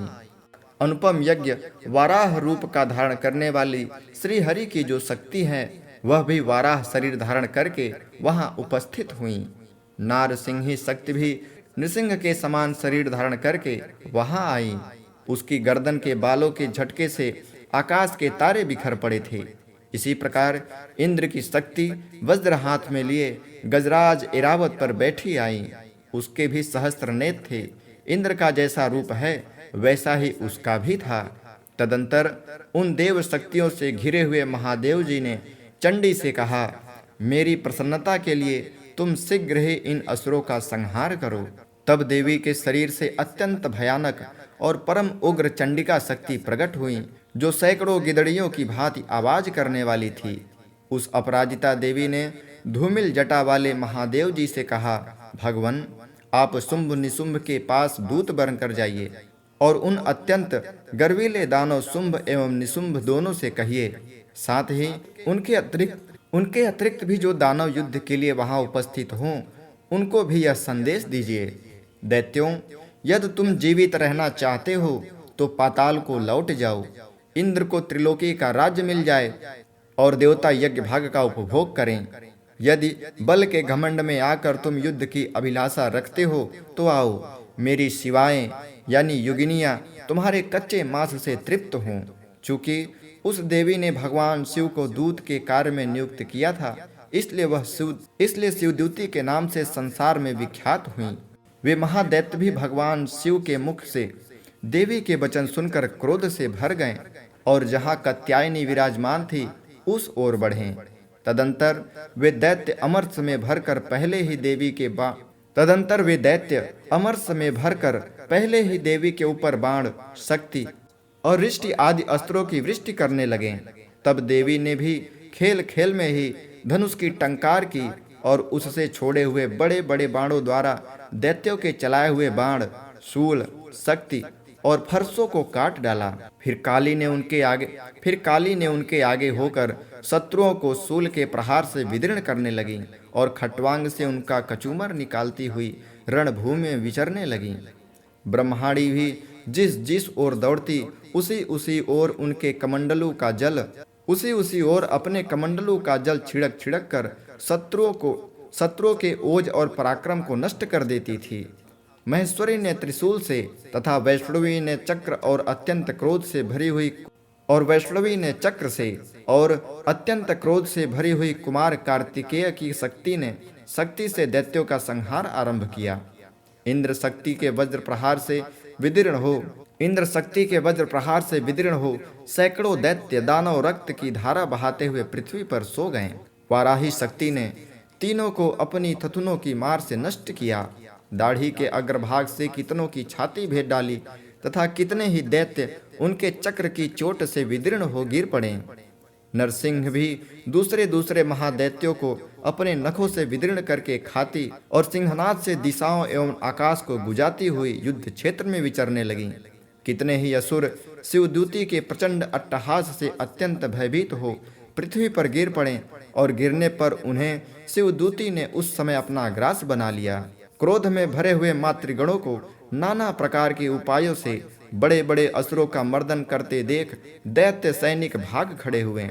मातृगणों से पीड़ित दैत्यों को युद्ध से भागते देख रक्तबीज नामक महादैत्य क्रोध में भरकर युद्ध करने के लिए आया। इसके शरीर से जब रक्त की बूंदें पृथ्वी पर गिरती तब उसी के समान शक्तिशाली एक दूसरा महादैत्य पृथ्वी पर पैदा हो जाता। महासुर रक्तबीज हाथ में गदा लिए इंद्र शक्ति के साथ युद्ध करने लगा। तब इंद्री ने अपने वज्र से रक्तबीज को मार डाला। वज्र से घायल होने पर उसके शरीर से बहुत सा रक्त चूने लगा और उससे उसी के समान रूप तथा पराक्रम वाले योद्धा उत्पन्न होने लगे। उसके शरीर से रक्त की जितनी बूंदें गिरती उतने ही पुरुष उत्पन्न हो गए। वे सब रक्तबीज के समान ही वीर्यमान, बलवान तथा पराक्रमी थे। वे रक्त से उत्पन्न होने वाले पुरुष भी अत्यंत भयंकर अस्त्र शस्त्रों का प्रहार करते हुए वहां मातृगणों के साथ घोर युद्ध करने लगे। पुनः वज्र के प्रहार से जब उसका मस्तक घायल हुआ तब रक्त बहने लगा और उससे हजारों पुरुष उत्पन्न हो गए। वैष्णवी ने युद्ध में रक्त बीज पर चक्र का प्रहार किया तथा इंद्रिय ने उस दैत्य सेनापति को गदा से चोट पहुंचाई। वैष्णवी के चक्र से घायल होने पर उसके शरीर से जो रक्त बहा और उससे जो उसी के बराबर आकार वाले सहस्त्रों महादैत्य प्रकट हुए उनके द्वारा संपूर्ण जगत व्याप्त हो गया। कौमारी ने शक्ति से, वाराही ने खड्ग से और महेश्वरी ने त्रिशूल से महादैत्य रक्तबीज को घायल किया। क्रोध में भरे हुए उस महादैत्य रक्तबीज ने भी गदा से सभी मातृशक्ति पर पृथक पृथक प्रहार किया। शक्ति और शूल आदि से अनेक बार घायल होने पर भी उसके शरीर से रक्त की धारा पृथ्वी पर गिरी। उससे भी निश्चय ही सैकड़ों असुर उत्पन्न हुए। इस प्रकार उस महादैत्य के रक्त से प्रकट हुए असुरों द्वारा संपूर्ण जगत व्याप्त हो गया। इससे उन देवताओं को बड़ा भय हुआ। देवताओं को उदास देख चंडिका ने काली से शीघ्रता पूर्वक कहा, चामुंडे, तुम अपना मुख और भी फैलाओ तथा मेरे शस्त्रपात से गिरने वाले रक्त बिंदुओं को और उससे उत्पन्न होने वाले महादैत्यों को तुम अपने इस उतावले मुख से खा जाओ। इस प्रकार रक्त से उत्पन्न होने वाले महादैत्यों का भक्षण करती हुई तुम रण में विचरती रहो। ऐसा करने से उस दैत्य का सारा रक्त क्षीण हो जाने पर वह स्वयं भी नष्ट हो जाएगा। उन भयंकर दैत्यों को जब तुम खा जाओगी तब दूसरे नए दैत्य उत्पन्न नहीं हो सकेंगे। काली से यूं कहकर चंडिका देवी ने शूल से रक्त बीज को मारा और काली ने अपने मुख में उसका रक्त ले लिया। तब उसने वहां चंडिका पर गदे से प्रहार किया। तब उसने वहां चंडिका पर गदा से प्रहार किया, किंतु उस गदापात से देवी को तनिक भी वेदना नहीं पहुंची। रक्त बीज के घायल शरीर से बहुत सा रक्त गिरा, किंतु जो ही वह गिरा त्यों ही चामुंडा ने उसे अपने मुख में ले लिया। रक्त गिरने से काली के मुख में जो महादैत्य उत्पन्न हुए उन्हें भी वह चट कर गई और उसने रक्त बीज का रक्त भी पी लिया। तदंतर देवी ने रक्त बीज को, जिसका रक्त चामुंडा ने पी लिया था, वज्र, बाण, खड्ग तथा रिष्ट आदि से मार डाला। राजन, इस प्रकार शस्त्रों के समुदाय से आहत एवं रक्तहीन हुआ महादैत्य रक्त बीज पृथ्वी पर गिर पड़ा। नरेश्वर, इससे देवताओं को अनुपम हर्ष की प्राप्ति हुई और मातृगण उन असुरों के रक्तपान से मद से उद्यत सा होकर नृत्य करने लगा। इस प्रकार श्री मार्कंडेय पुराण में सावर्णिक मनवंतर की कथा के अंतर्गत देवी महात्म्य में रक्तबीज वध नामक 8वां अध्याय पूरा हुआ। 9वां अध्याय निशुंभ वध। राजन ने कहा, भगवान, आपने रक्तबीज के वध से संबंध रखने वाला देवी चरित्र का यह अद्भुत महात्म्य मुझे बतलाया। अब रक्तबीज के मारे जाने पर अत्यंत क्रोध में भरे हुए शुंभ और निशुंभ ने जो कर्म किया उसे मैं सुनना चाहता हूँ। ऋषि कहते हैं, राजन, युद्ध में रक्तबीज तथा अन्य दैत्यों के मारे जाने पर शुंभ और निशुंभ के क्रोध की कोई सीमा न रही। अपनी विशाल सेना इस प्रकार मारी जाती देख निशुंभ अमरस में भरकर देवी की ओर दौड़ा। उसके साथ असुरों की प्रधान सेना थी। उसके आगे पीछे तथा पार्श्व भाग में बड़े बड़े असुर थे, जो क्रोध से ओठ चबाते हुए देवी को मार डालने के लिए आए। महापराक्रमी शुंभ भी अपनी सेना के साथ मातृगणों से युद्ध करके क्रोधवश चंडिका को मारने के लिए आ पहुंचा। तब देवी के साथ शुंभ और निशुंभ का घोर संग्राम छिड़ गया। वे दोनों दैत्य मेघों की भांति बाणों की भयंकर वृष्टि कर रहे थे। उन दोनों के चलाए हुए बाणों को चंडिका ने अपने बाणों के समूह से तुरंत काट डाला और सहस्त्र समूहों की वर्षा करके उन दैत्य सेनापतियों के अंगों में भी चोट पहुंचाई। निशुंभ ने तीखी तलवार और चमकती हुई ढाल लेकर देवी के श्रेष्ठ वाहन सिंह के मस्तक पर प्रहार किया। अपने वाहन को चोट पहुंचने पर देवी ने क्षुरप्र नामक बाण से निशुंभ की श्रेष्ठ तलवार तुरंत ही काट डाली और उसकी ढाल को भी अपने 8 चांद जड़े थे खंड खंड कर दिया। ढाल और तलवार के कट जाने पर उस असुर ने शक्ति चलाई, किंतु सामने आने पर देवी ने चक्र से उसके 2 टुकड़े कर दिए। अब तो निशुंभ क्रोध से जल उठा और उस दानव ने देवी को मारने के लिए शूल उठाया, किंतु देवी ने समीप आने पर उसे भी मुक्के से मारकर चूर्ण कर दिया। तब उसने गदा घुमाकर चंडी के ऊपर चलाई, परंतु वह भी देवी के त्रिशूल से टकराकर भस्म हो गई। तदंतर दैत्यराज निशुंभ को फरसा हाथ में लेकर आते देख देवी ने बाण समूह से घायल कर धरती पर सुला दिया। उस भयंकर पराक्रमी भाई निशुंभ के धराशायी हो जाने पर शुंभ को बड़ा क्रोध हुआ और अंबिका का वध करने के लिए वह आगे बढ़ा। रथ पर बैठे बैठे ही उत्तम आयुधों से सुशोभित अपनी बड़ी बड़ी 8 अनुपम भुजाओं से समूचे आकाश को ढककर वह अद्भुत शोभा पाने लगा। उसे आते देख देवी ने शंख बजाया और धनुष की प्रत्यंचा का भी अत्यंत दुस्सह शब्द किया। साथ ही अपने घंटे के शब्द से, जो समस्त दैत्य सैनिकों का तेज नष्ट करने वाला था, संपूर्ण दिशाओं को व्याप्त कर दिया। तदंतर सिंह ने भी अपनी दहाड़ से, जिसे सुनकर बड़े बड़े गजराजों का महान मद दूर हो जाता था, आकाश, पृथ्वी और 10 दिशाओं को गुजा दिया। फिर काली ने आकाश में उछलकर अपने दोनों हाथों से पृथ्वी पर आघात किया। उससे ऐसा भयंकर शब्द हुआ जिससे पहले के सभी शब्द शांत हो गए। तत्पश्चात शिवदूतनी ने दैत्यों के लिए अमंगलजनक अट्टहास किया। इन शब्दों को सुनकर समस्त असुर थर्रा उठे, किंतु शुंभ को बड़ा क्रोध हुआ। उस समय देवी ने जब शुंभ को लक्ष्य करके कहा, ओ दुरात्मा, खड़ा रह। तभी आकाश में खड़े हुए देवता बोल उठे, जय हो, जय हो। शुंभ ने वहां आकर ज्वालाओं से युक्त अत्यंत भयानक शक्ति चलाई। अग्निमय पर्वत के समान आती हुई शक्ति को देवी ने बड़ी भारी लूके से दूर हटा दिया। उस समय शुंभ के सिंहनाद से तीनों लोक गूंज उठे। राजन, उसकी प्रतिध्वनि से वज्रपात के समान भयानक शब्द हुआ, जिसने अन्य सब शब्दों को जीत लिया। शुंभ के चलाए हुए बाणों को देवी ने और देवी के चलाए हुए बाणों को शुंभ ने अपने भयंकर बाणों द्वारा सैकड़ों और हजारों टुकड़े कर दिए। तब क्रोध से भरी हुई चंडिका ने शुंभ को शूल से मारा। उसके आघात से मूर्छित हो वह पृथ्वी पर गिर पड़ा। इतने में ही निशुंभ को चेतना हुई और उसने धनुष हाथ में लिए बाणों द्वारा देवी, काली तथा सिंह को घायल कर डाला। फिर उस दैत्यराज ने 10,000 बाहें बनाकर चक्रों के प्रहार से चंडिका को आच्छादित कर दिया। तब दुर्गम पीड़ा का नाश करने वाली भगवती दुर्गा ने कुपित होकर अपने बाणों से उन चक्रों तथा बाणों को काट लिया, उन चक्रों तथा बाणों को काट गिराया। यह देख निशुंभ दैत्य सेना के साथ चंडिका का वध करने के लिए हाथ में गदा लिए बड़े वेग से दौड़ा। उसके आते ही चंडी ने तीखी धार वाली तलवार से उसकी गर्दन को शीघ्र ही काट डाला। तब उसने शूल हाथ में ले लिया। देवताओं को पीड़ा देने वाले निशुंभ को शूल हाथ में लिए आते देख चंडिका ने वेग से चलाए हुए अपने शूल से उसकी छाती भेद डाली।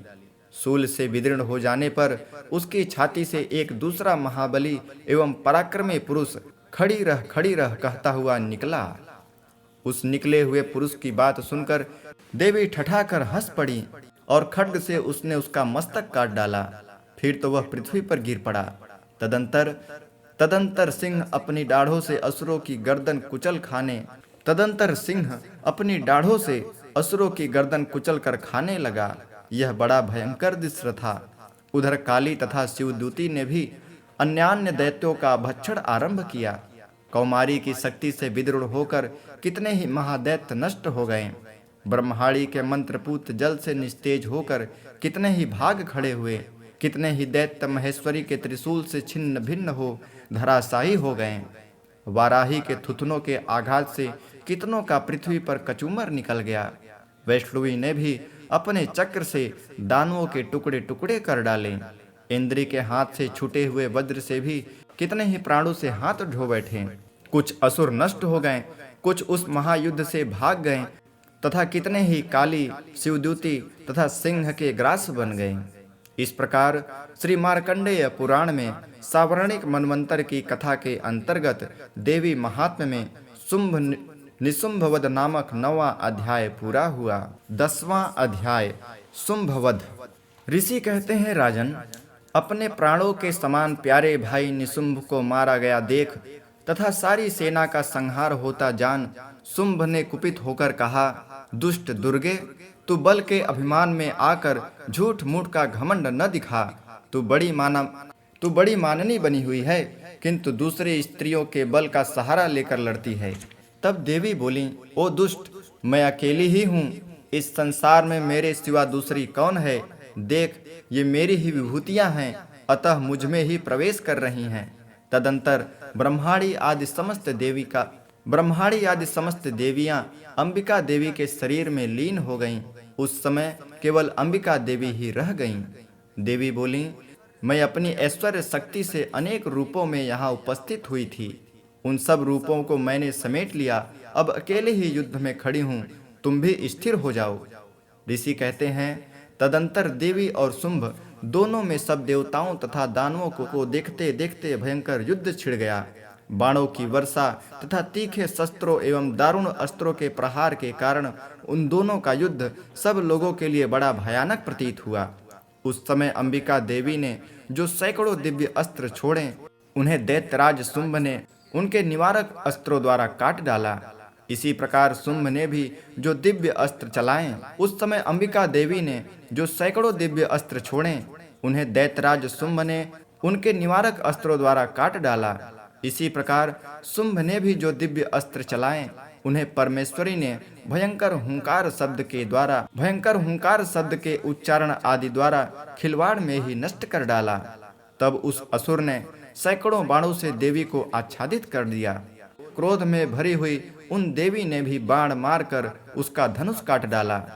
धनुष कट जाने पर फिर दैत्यराज ने शक्ति हाथ में ली, किंतु देवी ने चक्र से उसके हाथ की शक्ति को भी काट गिराया।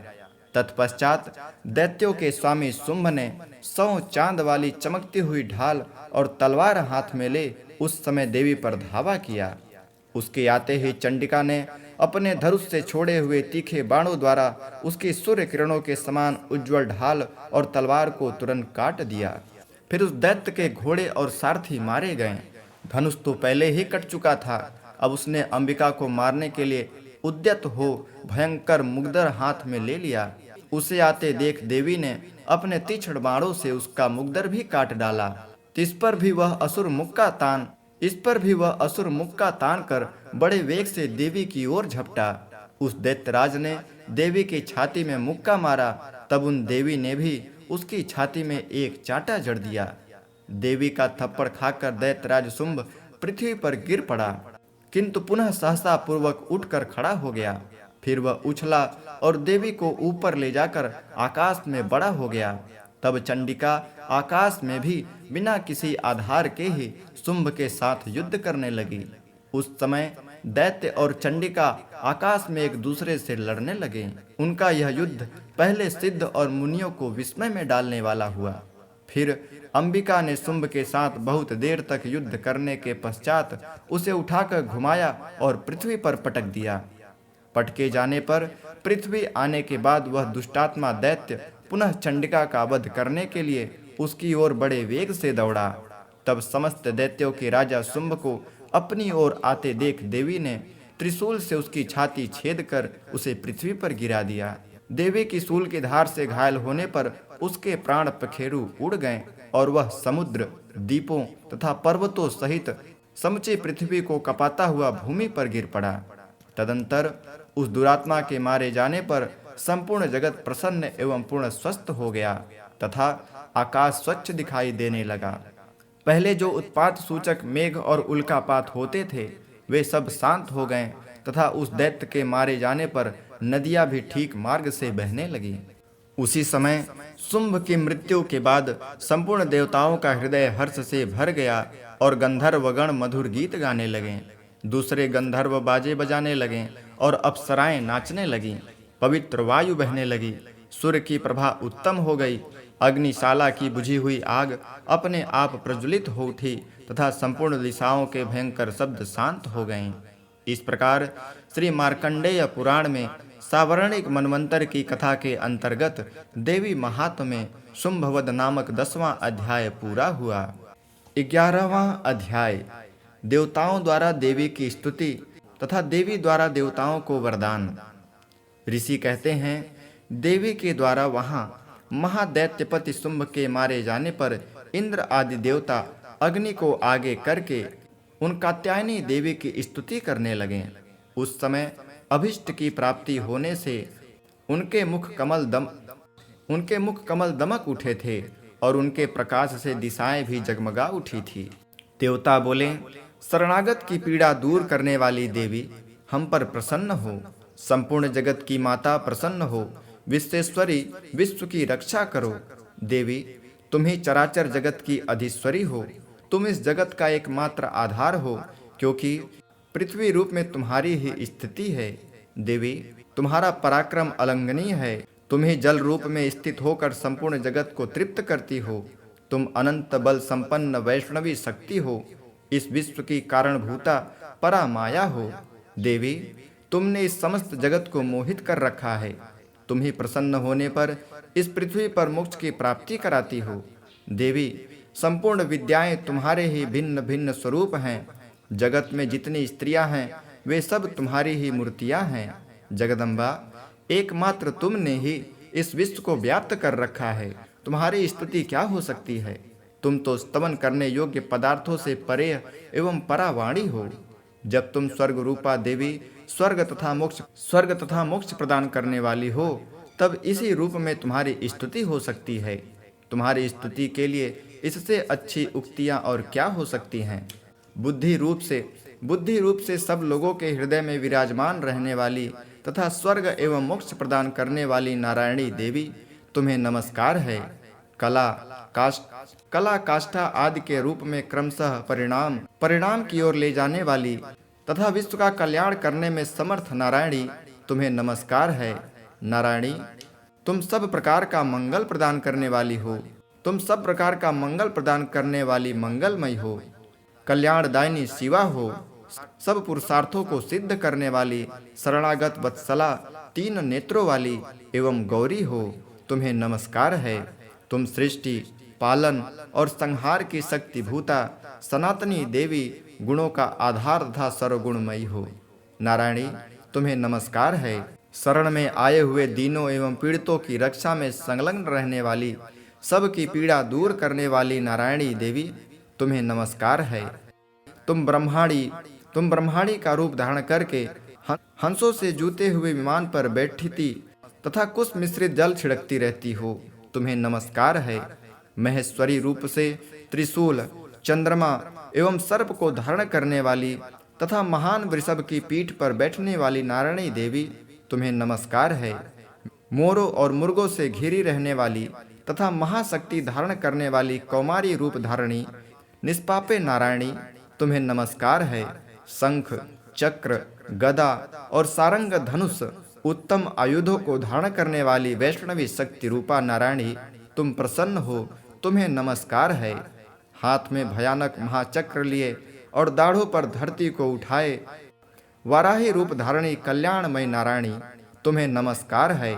भयंकर निसृंग रूप से दैत्यों के वध के लिए उद्योग करने वाली तथा त्रिभुवन की रक्षा में संलग्न रहने वाली नारायणी, तुम्हें नमस्कार है। मस्तक पर किरीट और हाथों में महावज्र धारण करने वाली, सहस्त्र नेत्रों के कारण उद्दीप्त दिखाई देने वाली और वित्रासुर के प्राणों का अपहार करने वाली इंद्र शक्ति रूपा नारायणी, तुम्हें नमस्कार है। शिवदूती रूप से दैत्यों की महती सेना का संहार करने वाली, भयंकर रूप धारण तथा विकट गर्जना करने वाली नारायणी, तुम्हें नमस्कार है। दाढ़ों के कारण विकराल मुख वाली, मुंडमाला से विभूषित मुंड मर्दनी चामुंडा रूपा नारायणी, तुम्हें नमस्कार है। लक्ष्मी, लज्जा, महाविद्या, श्रद्धा, पुष्टि, स्वधा, ध्रुवा, महारात्रि तथा महाअविद्या रूपा नारायणी, तुम्हें नमस्कार है। मेधा, सरस्वती, वरा, भूति, बाभ्रवी, तामसी, नियता तथा ईसा रूपणी नारायणी, तुम्हें नमस्कार है। सर्वस्वरूपा, सर्वेश्वरी तथा सब प्रकार की शक्ति से संपन्न दिव्य रूपा दुर्गे तथा सब प्रकार की शक्तियों से संपन्न दिव्य रूप दुर्गे देवी, सब भयों से हमारी रक्षा करो, तुम्हें नमस्कार है। कात्यायनी, यह तीन लोचनों से विभूषित तुम्हारा सौम्य मुख सब प्रकार के भयों से हमारी रक्षा करे, तुम्हें नमस्कार है। भद्रकाली, ज्वालाओं के कारण विकराल प्रतीत होने वाला, अत्यंत भयंकर और समस्त असुरों का संहार करने वाला तुम्हारा त्रिशूल भय से हमें बचाए, तुम्हें नमस्कार है।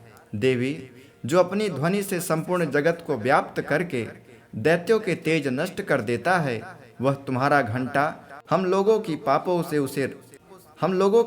से उसी प्रकार रक्षा करे जैसे माता अपने पुत्रों की बुरे कर्मों से रक्षा करती है। चंडिके, तुम्हारे हाथों में सुशोभित खड्ग जो असुरों के रक्त और चर्बी से चर्चित है, हमारा मंगल करे, हम तुम्हें नमस्कार करते हैं। देवी, तुम प्रसन्न होने पर सब रोगों को नष्ट कर देती हो और कुपित होने पर मनोवांछित सभी कामनाओं का नाश कर देती हो। जो लोग तुम्हारी शरण में जा चुके हैं उन पर विपत्ति तो आती नहीं। तुम्हारी शरण में आए हुए मनुष्य दूसरों को शरण देने वाले हो जाते हैं।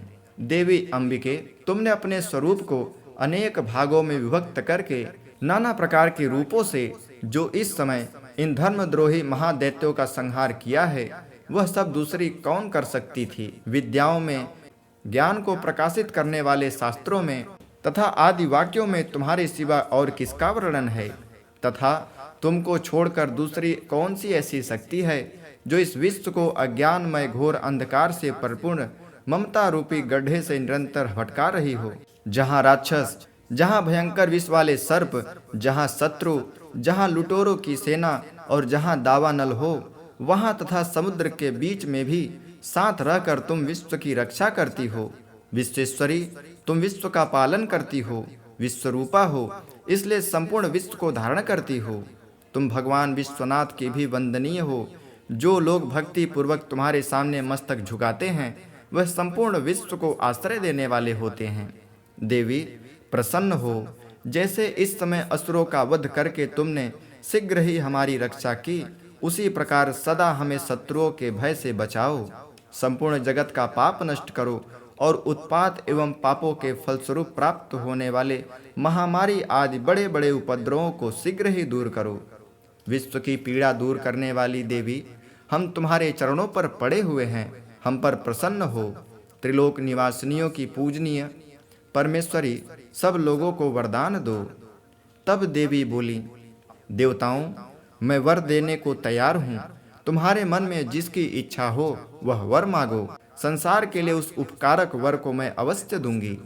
देवता बोले, सर्वेश्वरी, तुम इसी प्रकार तीनों लोकों की समस्त बाधाओं को शांत करो और हमारे शत्रुओं का नाश करती रहो। देवी बोली, देवताओं, वे वस्वत मनवंतर के 28वें युग में शुंभ और निशुंभ नाम के 2 अन्य महादैत्य उत्पन्न होंगे।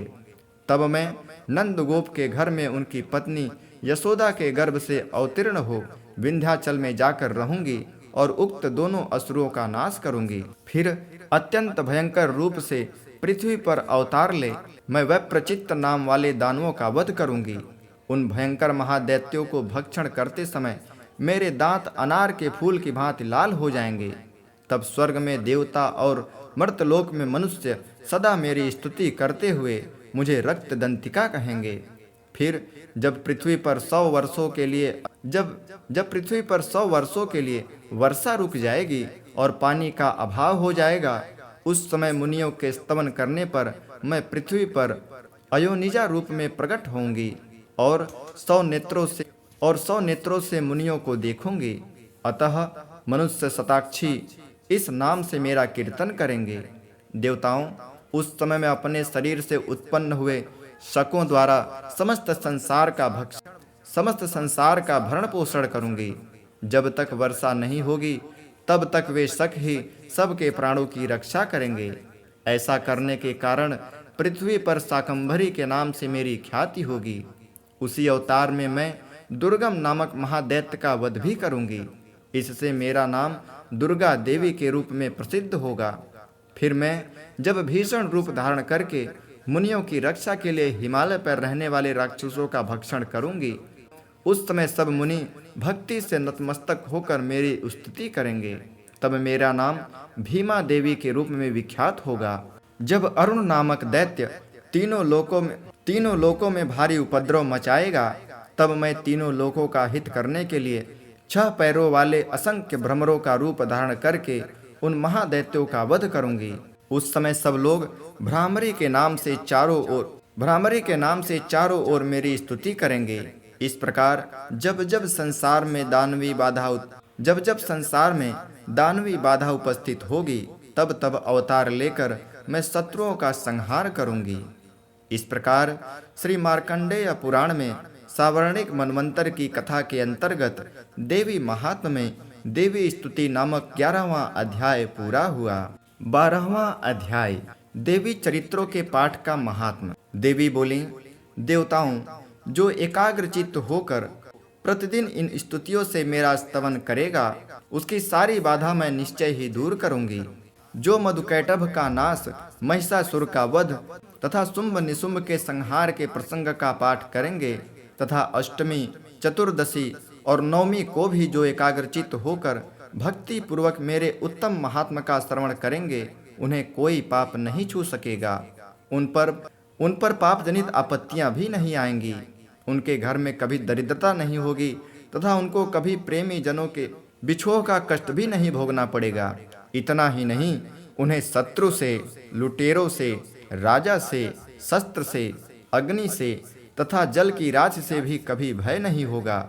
इसलिए सबको एकाग्रचित्त होकर भक्ति पूर्वक मेरे इस महात्म को सदा पढ़ना और सुनना चाहिए। यह परम कल्याणकारक है।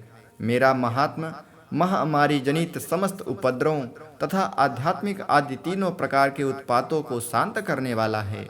मेरे जिस मंदिर में प्रतिदिन विधि पूर्वक मेरे इस महात्मा का पाठ किया जाता है, उस स्थान को मैं कभी नहीं छोड़ती। वहाँ सदा ही मेरा सानिध्य बना रहता है, वहाँ सदा ही मेरा सन्निधान बना रहता है। बलिदान, पूजा, होम तथा महोत्सव के अवसरों पर मेरे इस चरित्र का पूरा पूरा पाठ और श्रवण करना चाहिए। ऐसा करने पर मनुष्य विधि को जानकर या बिना जाने भी मेरे लिए जो बलि, पूजा या होम आदि करेगा, उसे मैं बड़ी प्रसन्नता के साथ ग्रहण करूंगी। शरत काल में जो वार्षिक महापूजा की जाती है, उस अवसर पर जो मेरे इस महात्म को भक्ति पूर्वक सुनेगा, वह मनुष्य मेरे प्रसाद से सब बाधाओं से मुक्त तथा धन धान्य एवं पुत्र से संपन्न होगा। इसमें तनिक भी संदेह नहीं है। मेरे इस महात्म, मेरे प्रादुर्भाव की सुंदर कथाएं तथा युद्ध में किए हुए मेरे पराक्रम सुनने से मनुष्य निर्भय हो जाता है। मेरे महात्मा का श्रवण करने वाले पुरुषों के शत्रु नष्ट हो जाते हैं, उन्हें कल्याण की प्राप्ति होती है तथा उनका कुल आनंदित रहता है। सर्वत्र शांति कर्म में बुरे स्वप्न दिखाई देने पर तथा ग्रह जनित भयंकर पीड़ा उपस्थित होने पर मेरा महात्म श्रवण करना चाहिए। इससे सब विघ्न तथा भयंकर ग्रह पीड़ाएं शांत हो जाती हैं और मनुष्यों द्वारा देखा हुआ दुःस्वप्न शुभ स्वप्न में परिवर्तित हो जाता है। बाल ग्रहों से आक्रांत हुए बालकों के लिए यह महात्म शांतिकारक है तथा मनुष्यों के संगठन में फूट होने पर यह अच्छी प्रकार मित्रता कराने वाला होता है। यह महात्म समस्त दुराचारियों के बल का नाश करने वाला है। इसी के पाठ मात्र से राक्षसों, भूतों और पिशाचों का नाश हो जाता है। मेरा यह सब महात्म मेरे सामीप्य की प्राप्ति कराने वाला है। पशु, पुष्प, अर्घ्य, धूप, दीप, गंध आदि उत्तम सामग्रियों द्वारा पूजा करने से, ब्राह्मणों को भोजन कराने से, होम करने से, प्रतिदिन अभिषेक करने से, नाना प्रकार के अन्य भोगों का अर्पण करने से तथा दान देने आदि से 1 वर्ष तक जो मेरी आराधना की जाती है और उससे मुझे जितनी प्रसन्नता होती है, उतनी ही प्रसन्नता इस उत्तम चरित्र का एक बार श्रवण करने मात्र से हो जाती है। यह महात्म श्रवण करने पर पापों को हर लेता और आरोग्य प्रदान करता है। मेरे प्रादुर्भाव का कीर्तन समस्त भूतों से रक्षा करता है तथा मेरा युद्ध विषयक चरित्र दुष्ट दैत्यों का संहार करने वाला है। इसे श्रवण करने पर मनुष्यों को शत्रु का भय नहीं रहता। देवताओं, तुमने और ब्रह्मर्षियों ने जो मेरी स्तुतियां की हैं तथा ब्रह्मा जी ने जो स्तुतियां की हैं, वे सभी कल्याणमय बुद्धि प्रदान करती हैं। वन में, सुने मार्ग में अथवा दावा नल से घिरे जाने पर, निर्जन स्थान में, लुटेरों के दाव में पड़े जाने पर या शत्रुओं से पकड़े जाने पर अथवा जंगल में सिंह, व्याघ्र या जंगली हाथियों के पीछा करने पर, कुपित राजा के आदेश से वध या बंधन के स्थान में ले जाए जाने पर अथवा महासागर में नाव पर बैठने के बाद भारी तूफान से नाव के डगमग होने पर और अत्यंत युद्ध में शस्त्रों का प्रहार होने पर अथवा वेदना से पीड़ित होने पर, किंग बहुना सभी भयानक बाधाओं के उपस्थित होने पर जो मेरे इस चरित्र का स्मरण करता है, वह मनुष्य संकट से मुक्त हो जाता है। मेरे प्रभाव से सिंह आदि हिंसक जंतु नष्ट हो जाते हैं तथा लुटेरे और शत्रु भी मेरे चरित्र का स्मरण करने वाले पुरुष से दूर भागते हैं। ऋषि कहते हैं, यूं कहकर प्रचंड पराक्रम वाली भगवती चंडिका सब देवताओं के देखते देखते वहीं अंतर्धान हो गईं। फिर समस्त देवता भी शत्रुओं के मारे जाने से निर्भय हो पहले की भांति यज्ञ भाग का उपभोग करते हुए अपने अपने अधिकार का पालन करने लगे। संसार का विध्वंस करने वाले महाभयंकर अतुल पराक्रमी देव शत्रु शुंभ तथा महाबली निशुंभ के युद्ध में देवी द्वारा मारे जाने पर शेष दैत्य पाताल लोक में चले आए। राजन, इस प्रकार भगवती अंबिका देवी नित्य होती हुई भी पुनः पुनः प्रकट होकर जगत की रक्षा करती हैं। वे ही इस विश्व को मोहित करती, वे ही जगत को जन्म देती तथा वे ही प्रार्थना करने पर संतुष्ट हो विज्ञान एवं समृद्धि प्रदान करती हैं। राजन, महाप्रलय के समय महामारी का स्वरूप धारण करने वाली वे महाकाली ही समस्त ब्रह्मांड में व्याप्त हैं। वे ही समय समय पर महामारी होती हैं और वे ही स्वयं अजन्मा होती हुई भी सृष्टि के रूप में प्रकट होती हैं। वे सनातनी देवी ही समयानुसार संपूर्ण भूतों की रक्षा करती हैं। संपूर्ण मनुष्य अभ्युदय के समय वे ही घर में लक्ष्मी के रूप में स्थित हो उन्नति प्रदान करती हैं और वे ही अभाव के समय दरिद्रता बनकर विनाश का कारण होती हैं। पुष्प, धूप और गंध आदि से पूजा करके उनकी स्तुति करने पर वे धन, पुत्र, धार्मिक बुद्धि तथा उत्तम गति प्रदान करती हैं। इस प्रकार श्री मार्कंडेय पुराण में सावर्णिक मनवंतर की कथा के अंतर्गत देवी महात्म्य में फल स्तुति नामक 12वां अध्याय पूरा हुआ। 13वां अध्याय सुरथ और वैश्य को देवी का वरदान। ऋषि कहते हैं, राजन, इस प्रकार मैंने तुमसे देवी के उत्तम महात्म्य का वर्णन किया। जो इस जगत को धारण करती हैं, उन देवी का ऐसा ही प्रभाव है। वे ही विद्या उत्पन्न करती हैं, यानी ज्ञान उत्पन्न करती हैं। भगवान विष्णु की माया स्वरूपा उन भगवती के द्वारा ही तुम तथा अन्यान विवेकी जन मोहित होते हैं, मोहित हुए हैं तथा आगे भी मोहित होंगे। महाराज, तुम उन्हीं परमेश्वरी की शरण में जाओ। आराधना करने पर वे ही मनुष्यों को भोग, स्वर्ग तथा मोक्ष प्रदान करती हैं। मार्कंडेय जी कहते हैं, कुष्टुकी जी, मेधा मुनि के यह वचन सुनकर राजा सुरथ ने उत्तम व्रत का पालन करने वाले उन महाभाग महर्षि को प्रणाम किया। वे अत्यंत ममता और राज्यापरण से बहुत खिन्न हो चुके थे। महामुने, इसलिए विरक्त होकर वे राजा तथा वैश्य तत्काल तपस्या को चले गए और वे जगदम्बा के दर्शन के लिए नदी के तट पर रहकर तपस्या करने लगे। वे वैश्य उत्तम देवी सूक्त का जप करते हुए तपस्या में प्रवृत्त हुए। वे दोनों नदी तट पर देवी की मिट्टी की मूर्ति बनाकर पुष्प, धूप और हवन आदि के द्वारा उनकी आराधना करने लगे। उन्होंने पहले तो आहार को धीरे धीरे कम किया, फिर बिल्कुल निराहार रहकर देवी में ही मन लगाएं। एकाग्रता पूर्वक उनका चिंतन आरंभ किया। वे दोनों अपने शरीर के रक्त से प्रोक्षित बलि देते हुए लगातार 3 वर्ष तक संयम पूर्वक आराधना करते रहे। इस पर प्रसन्न होकर जगत को धारण करने वाले चंडिका देवी ने प्रत्यक्ष दर्शन देकर कहा। देवी बोली, राजन तथा अपने कुल को आनंदित करने वाले वैश्य, तुम लोग जिस वस्तु की अभिलाषा रखते हो वह मुझसे मांगो, मैं संतुष्ट हूँ, अतः तुम्हें वह सब कुछ दूंगी।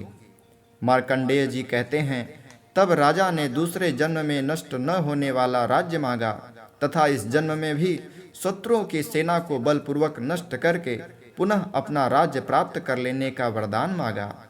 वैश्य का चित्त संसार की ओर से खिन्न एवं विरक्त हो चुका था और वे बड़े बुद्धिमान थे, अतः उस समय उन्होंने तो ममता और अहंता रूप आसक्ति का नाश करने वाला ज्ञान मांगा। देवी बोली, राजन, तुम थोड़े ही दिनों में शत्रुओं को मारकर अपना राज्य प्राप्त कर लोगे। अब वहां तुम्हारा राज्य स्थिर रहेगा। फिर मृत्यु के पश्चात तुम भगवान विवस्वान के अंश से जन्म लेकर इस पृथ्वी पर सावर्णिक मनु के नाम से विख्यात होगे। वैश्यवर्य, तुमने जिस वर को मुझसे प्राप्त करने की इच्छा की है उसे देती हूँ। तुम्हें मोक्ष के लिए ज्ञान प्राप्त होगा। मार्कंडेय जी कहते हैं, इस प्रकार उन दोनों को मनवांछित वरदान देकर तथा उनके द्वारा भक्ति पूर्वक अपनी स्तुति सुनकर देवी अंबिका तत्काल अंतर्धान हो गईं। इस तरह देवी से वरदान पाकर क्षत्रियों में श्रेष्ठ सुरथ सूर्य से जन्म ले सावर्णिक नामक मनु होंगे। इस प्रकार श्री मार्कंडेय पुराण में सावर्णिक मनवंतर की कथा के अंतर्गत देवी महात्म्य में सुरथ और वैश्य को वरदान नामक 13वां अध्याय पूरा हुआ। तो श्रोताओं, इस प्रकार श्री दुर्गा सप्तशती का संपूर्ण 13वां अध्याय पूरा हुआ। तो बोलिए ओम ऐं ह्रीं क्लीं चामुंडायै विच्यै नमः।